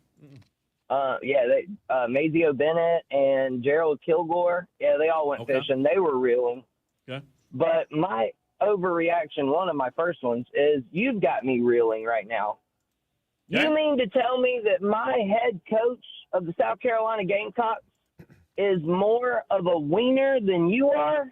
Ooh, you said that, not me. He is too afraid to go skydiving, but my good old buddy Cole Bryson, he'll go up there and pull the chute. But Shane Beamer is not man enough to go skydiving. I didn't say that. I didn't say that, for the record. So I'll tell you, JD, he brought it up to me. He saw it on Twitter, and I don't know if he saw the video or the photos that I posted on Friday, but he saw it, and his exact words were, "What did you do this weekend?" And I was thinking for a minute, like, what is he talking about? You know, and I said, skydiving? And I said, and he said, yeah. He said, are you crazy? And I asked him, I said, you want to go? I said, I'll pay for it. Let's go. Nope, not doing it.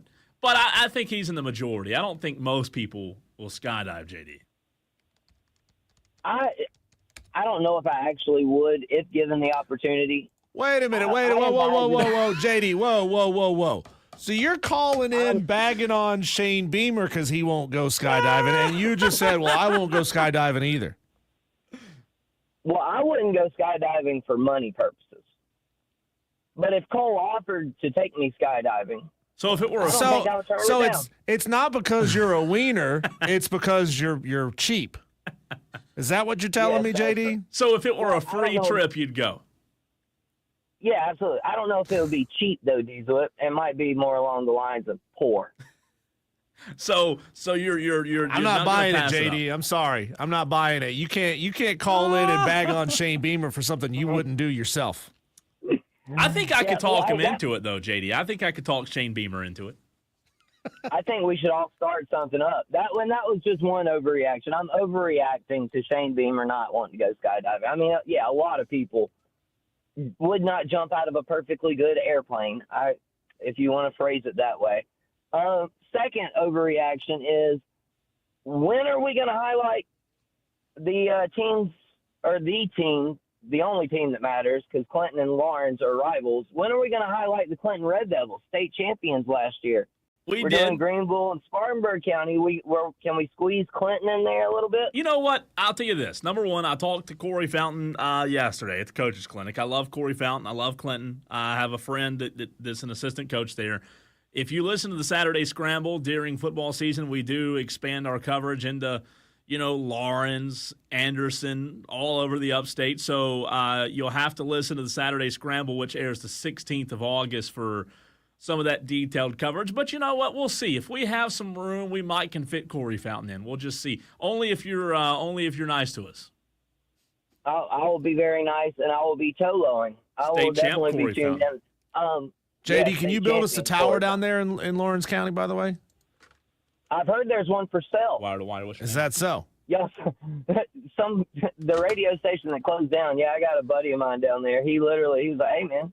He's like, you got your little sports show going. He's like, why don't you come down and buy it?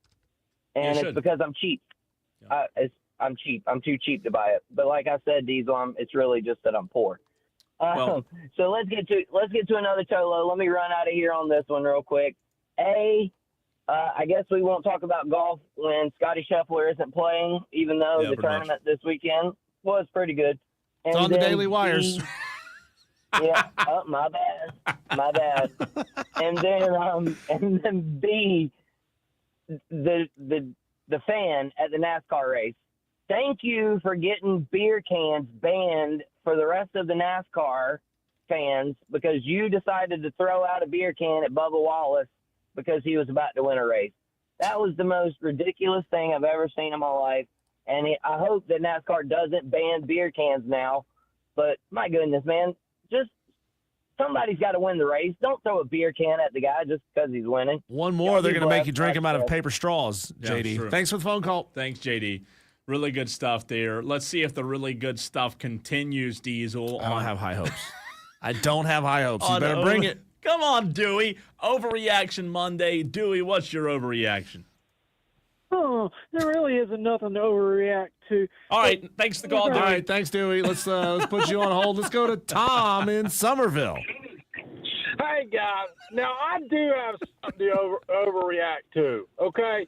Now, I was scrolling through Facebook today at work like most people do, and this guy on Facebook, so this girl says she's bringing her niece down to visit both Carolina and Clemson, but she wants her niece to go to Carolina because it's a better school. And then this guy comments and says, don't let the hatred between the two schools, which is ridiculous, sway your decision. Stuff like that just makes me want to pull my daggum hair out, okay? Ooh, I didn't if know you've lived in this state long enough, or if you go to either school, you cannot sit there and say that the hate between the two fan bases is ridiculous. If you can go out there and say crap like that, you can get your stuff and get the heck out of South Carolina, because that is the one rule in this state. You pick a daggum side. Whether you watch sports 10% of the time or 90% of the time, you pick a side and you stay on that side. The hatred is real. I hate Clemson, okay? It's pretty obvious I hate Clemson. And there are extremists on both ends of the rivalry. But when it comes to that game, the hate is real. And to call the hate ridiculous just made me want to pull my daggum hair out. What'd you say back to him, Tom? Well, it is Facebook, so I had to keep it somewhat PG. But I said, no disrespect to you, but the fact that you're sitting here saying this makes me think that you have never lived in the state of South Carolina. And he said, well, I went to Clemson. I'm like, no, you did not. If you actually went to Clemson, you cannot sit there and say that the hate between the two schools is ridiculous. And I just had to get that out. It just made me want to pull my daggum hair out today. We are less than 40 days till kickoff, and you got people out here saying, oh, the hate between the two schools is ridiculous. Get out of here. Get out of here. The hate is real. The hate is real. Tom, can I get you to say the words, go on, get? Go on, get out of here. Get out. Good stuff, Tom. Thanks, Tom. Really good stuff. Let's go back to Dewey and see if he's got anything now. Dewey, do you have anything? Well, I had to agree with Tom there. The hate is real. I hate Clemson. Clemson and Dabo Swinney's nerdiness, it needs to go. It makes the state look bad. Tom got me fired up now. So, yeah, the hate's real. They've been hating each other since the 1800s. And I hate Clemson. And that rock, I hope someone pushes that rock down and goes tumbling down that little hill. Howard's Rock or whatever it's called, because the rock, it's just a stupid rock anyways. God. Whew. Yeah, Tom has me fired up now. And what I was going to talk about originally, it was just the embarrassment of the Atlanta Braves this past weekend. Yeah, it's I know, bad. Paul, you're not allowed to watch Braves no more, and I honestly watched it for like 3 minutes Why, what's yesterday. your name? And I literally got out of my seat to grab me my 15th beer today, and I got up. The game was down 3 minutes. It's 8-0. Bryce Elder, where they getting these pitchers from? I understand the injuries, and the injuries are just ridiculous in itself. I saw I think a stat stated all 5. You can correct me, Cole, if I'm wrong. I might probably All be wrong, 5 but opening day all starters are 5 now injured. Starters are 60, not just injured, 60-day DL. You're right. That is absolutely ridiculous. That's true. That's worse. I know the Dodgers are going through some things. Rob Brown pointed that out, and that's ridiculous too. But the Braves, they need to look at their trainers. They need to look at the entire management needs to be looked at. Dewey, and the Mets have won 7 in a row. To make matters worse, the Mets have won 7 in a row. Yeah, I resorted to watching the Mets last night because I actually wanted to watch good baseball.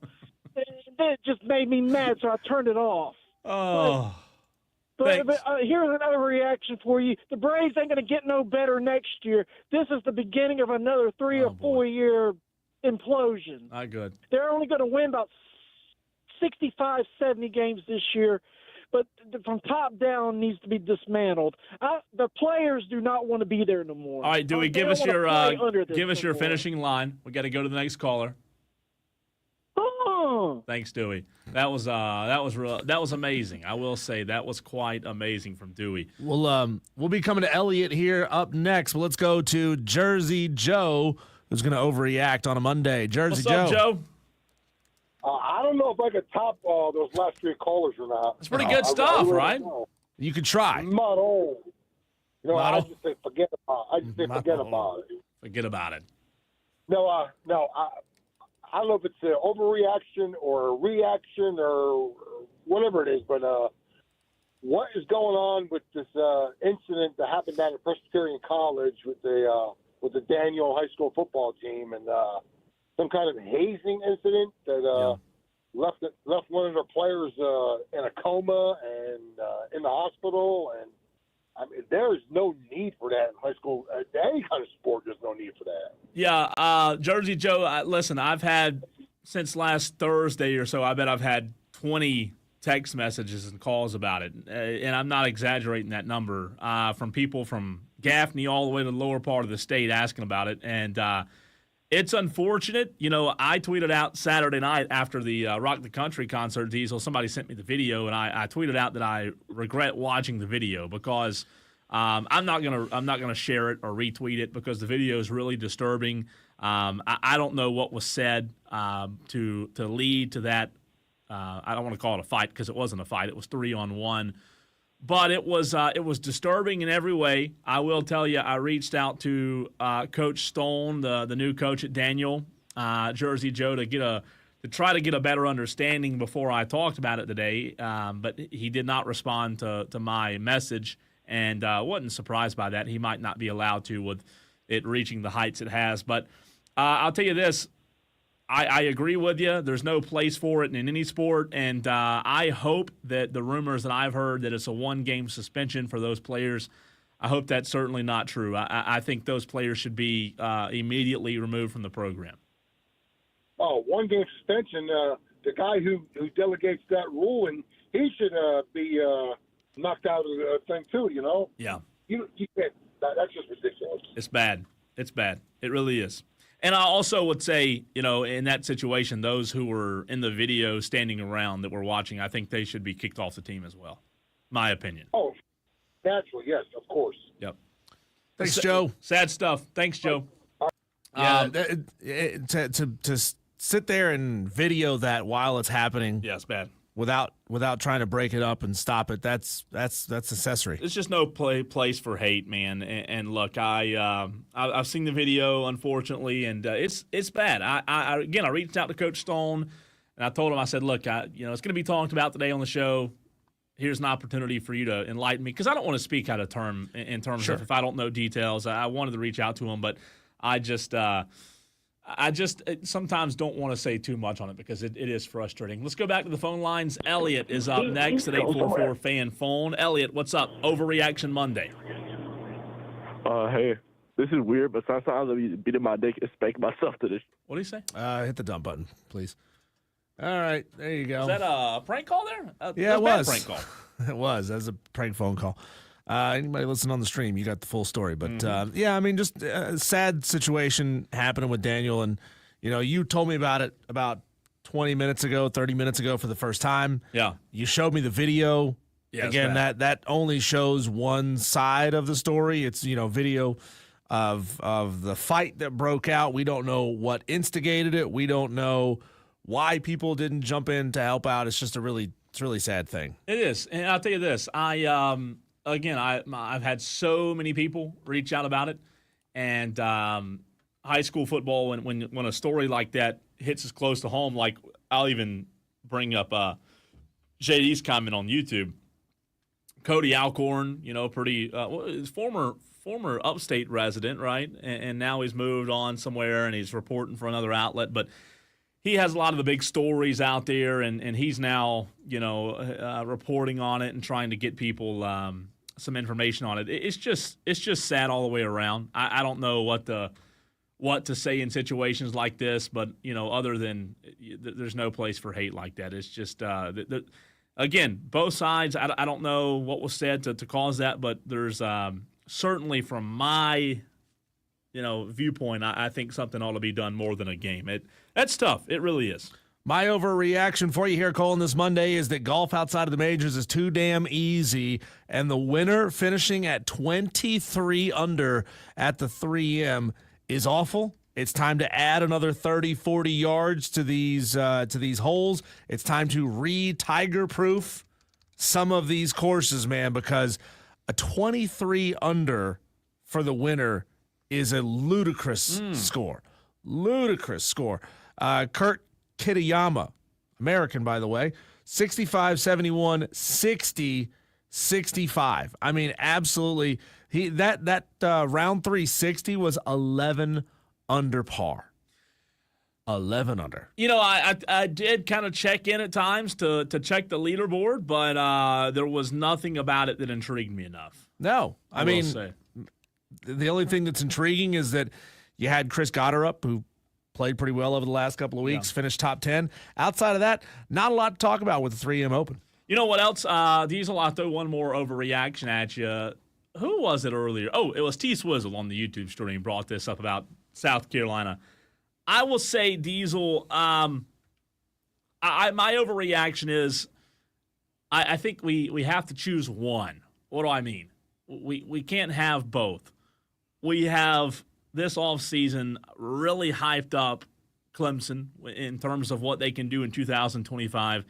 And a lot of people have also really hyped up South Carolina, and rightfully so, with Lenora Sellers at quarterback. There's a lot of excitement about both programs. But I think the more I think about it, maybe it's just me being skeptical.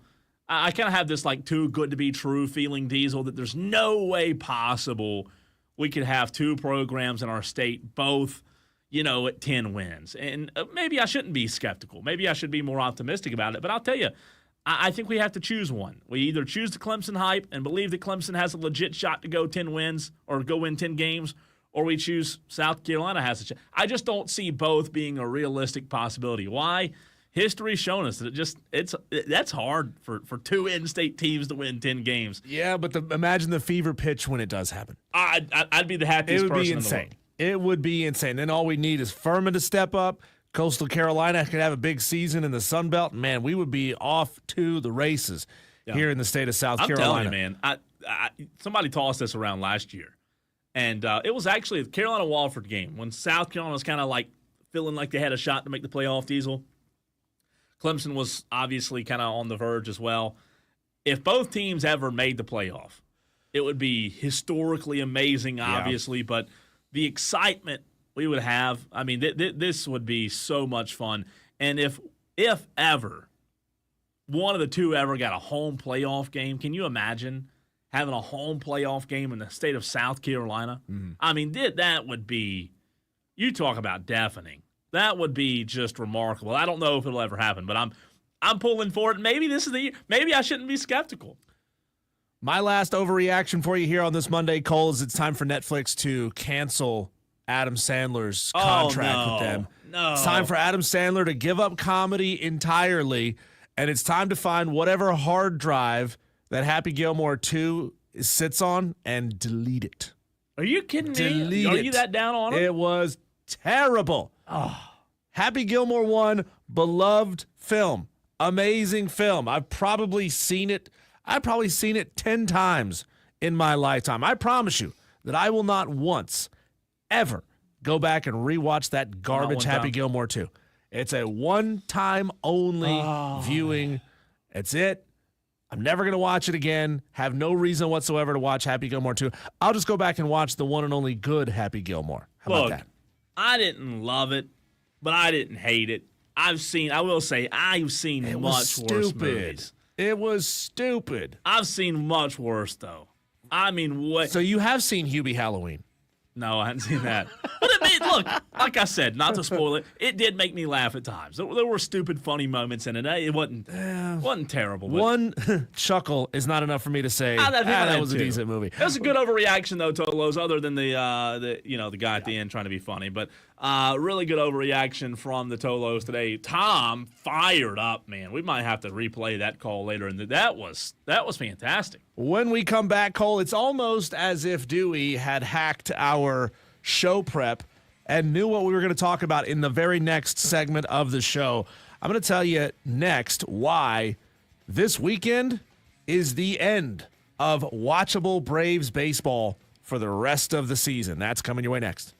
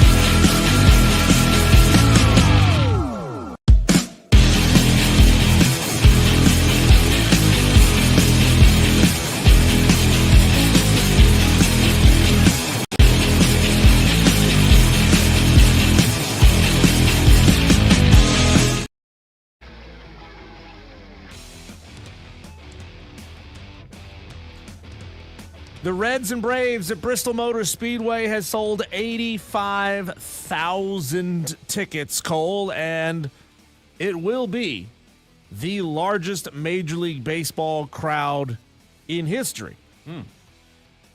But I ain't happy about it. And I wouldn't go, and I'm not going to watch it on TV because it's a cheap gimmick to break a record that was legitimately set 75 years ago.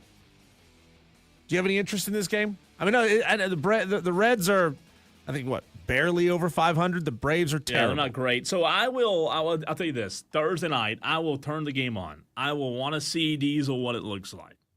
Okay? I'm going to flip it on, see what it looks like, but then that's about it. Yeah.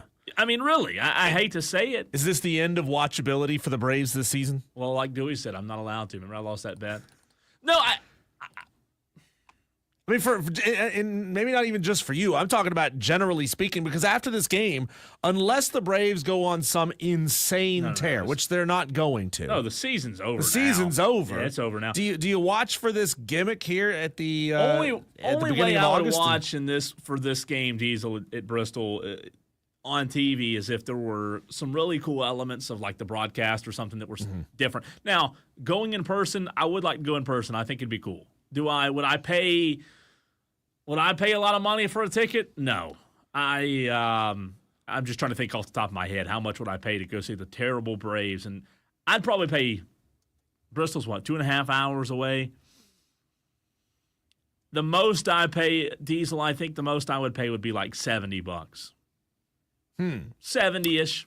I think that's the most I'd pay. According to Google's AI, yeah, tickets for the game are available with prices ranging from $23, okay, which is not bad. No, it's not bad. You're going to be a mile away, to over $51,000. $51,000. Yeah, What are you in a race car while the game's going on? Exactly. You get to watch while some Dale Jr.'s taking you for a hot lap around the track. Now that would be entertaining. Fire up the race cars. The Braves stink so bad. Average ticket price $3,032. Let me ask you this question: why couldn't they do both at the same time? Now that's fun. The race at Bristol Motor Speedway. If you hit a home run, the drivers have to dodge the ball. I'm telling you, you're talking about selling tickets and helping two sports. Come on, let's do it. Yeah, the whole thing feels so cheap to me. I think it's great that they're playing the first ever Major League Baseball game in the state of Tennessee.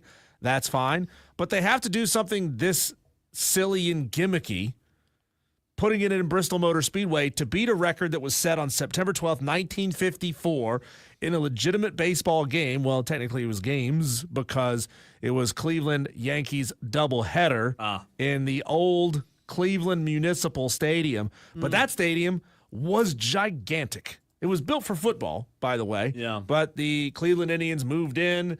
The old Cleveland Municipals. It's a cool looking ballpark. I guarantee you the place was a dump by the time they finally tore it down. But that's a legitimate record, right? This is before everything was on television. You couldn't say, I'll tune in and watch the highlights on my phone, on TikTok or on Instagram. There was nothing. If you wanted to see it, you had to go. And so it was a huge, huge deal. And these were two really, really good baseball teams that were facing off in that Cleveland Yankees game. Yeah. And it was like the biggest thing that ever happened. So beating the record this way feels cheap, and I don't like it. To me, it feels like, as a Braves fan, hey, we suck so bad. We're having almost like this banana ball type feel environment where, you know what, maybe it would actually be a good thing to attend. Maybe it would be good to go because you can sit with other Braves fans and, drink your sorrows away or figure out, maybe this franchise is at an all-time low where you have to go to a racetrack that holds a ball game for it to be enjoyable. I will say this to your point about that old Cleveland Stadium. For anybody that hasn't been to Bristol, Bristol is huge.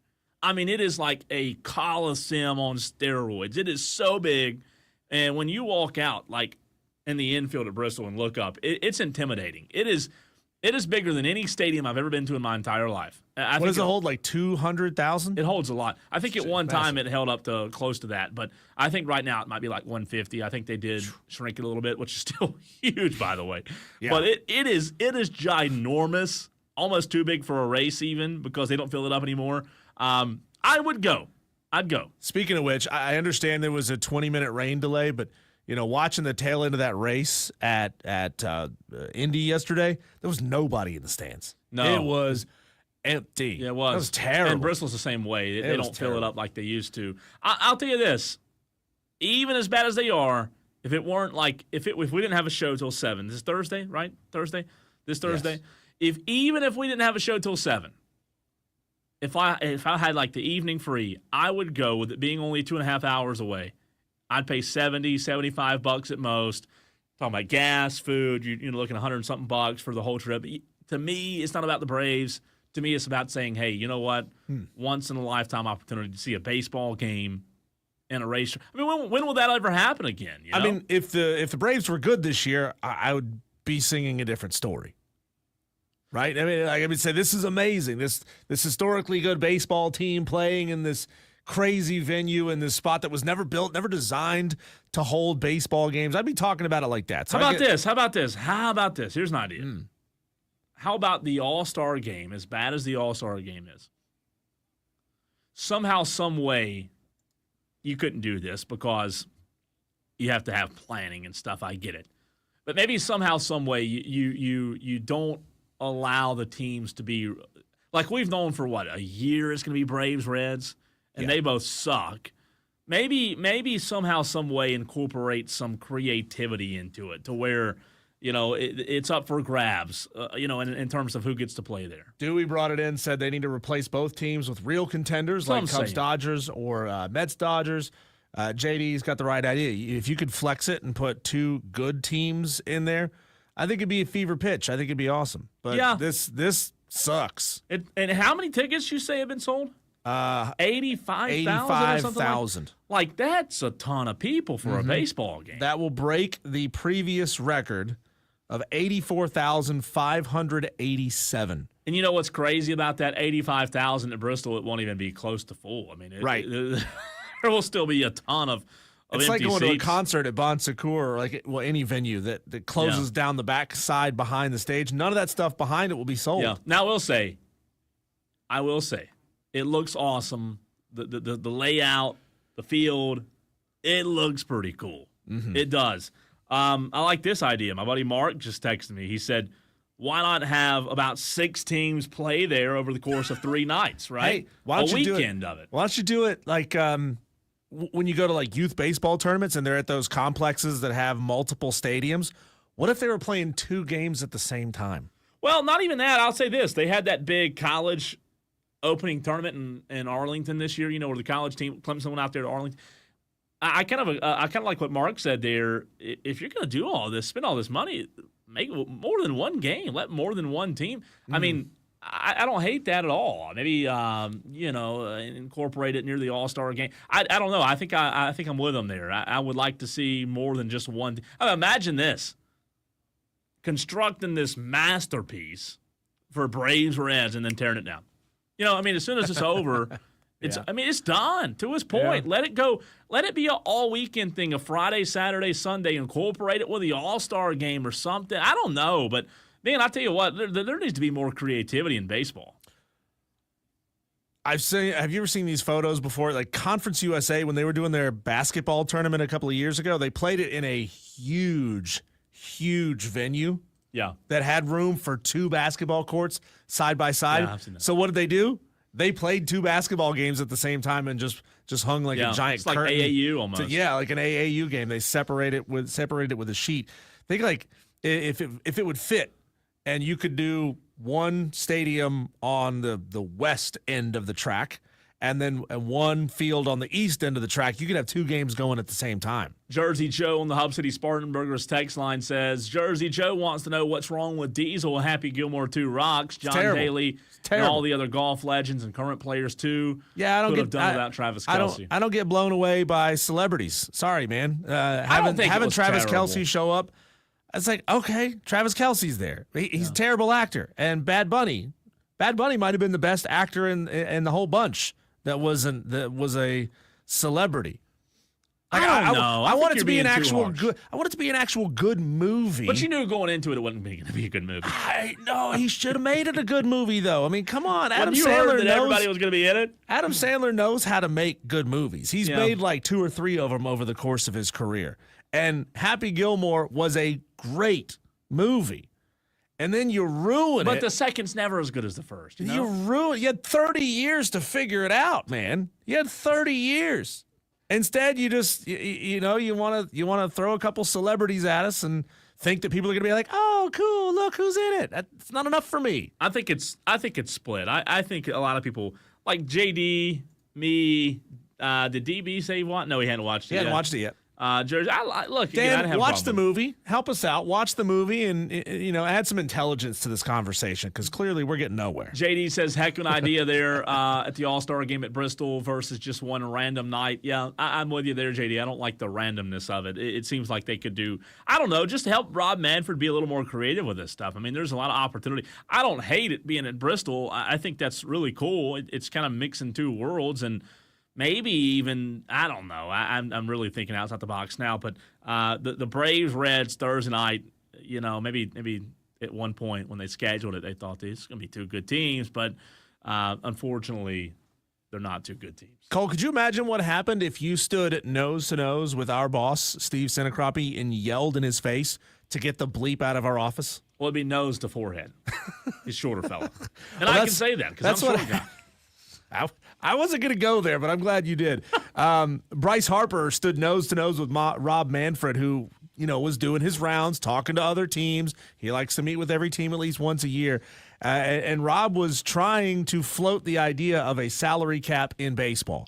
And I don't know if you know this, but telling people who make a lot of money, hey, I want you to make less money, doesn't usually go over well. And Bryce Harper, in his boss's face, tells him to get the bleep out of our clubhouse. Bad idea? Ballsy. Yeah. I think it's ballsy. You can say that.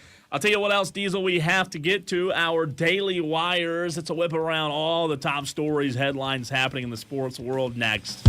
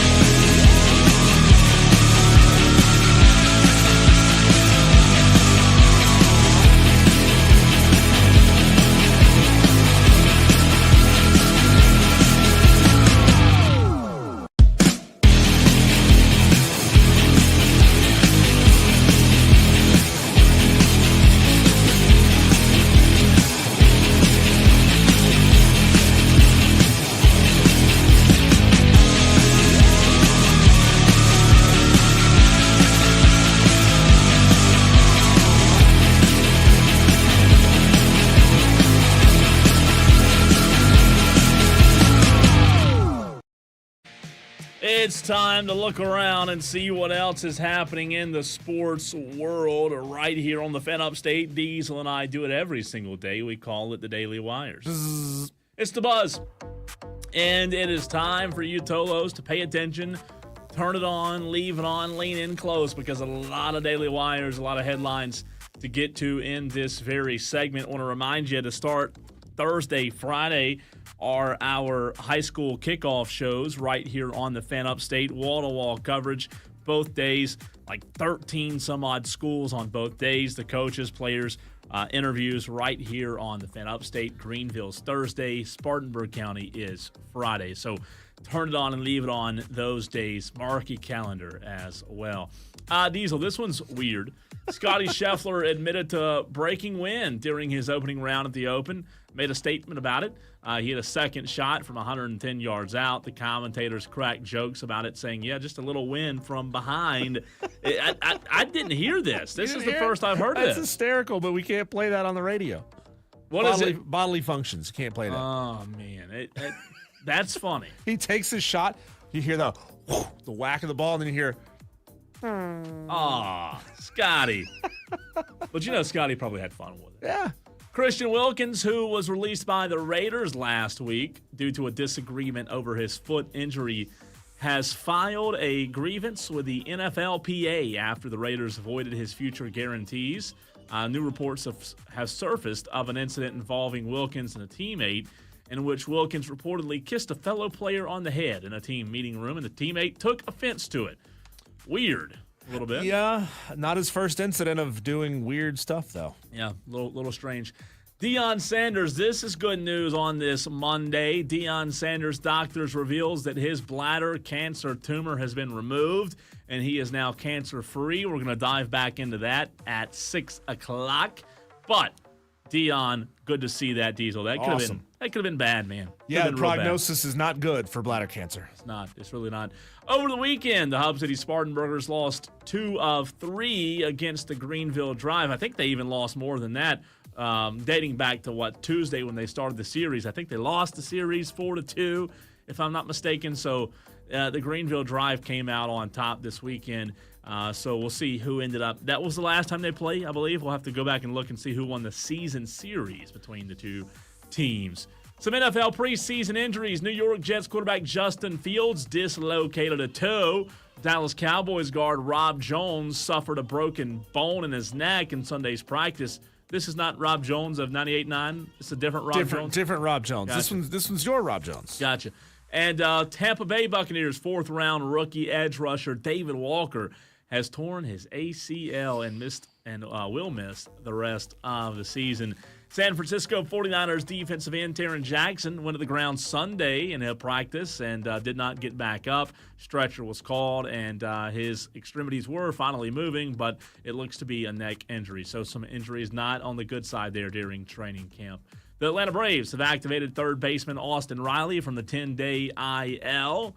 I don't know if that even matters at this point, Diesel. I really don't, as bad as the Braves are. Let the whole AAA team come up and play. Yeah, they've even acquired a guy named, it's a right-handed pitcher, by the way, Eric Fed. Fetty? I don't know. I'm not sure. I don't know. Never heard of him.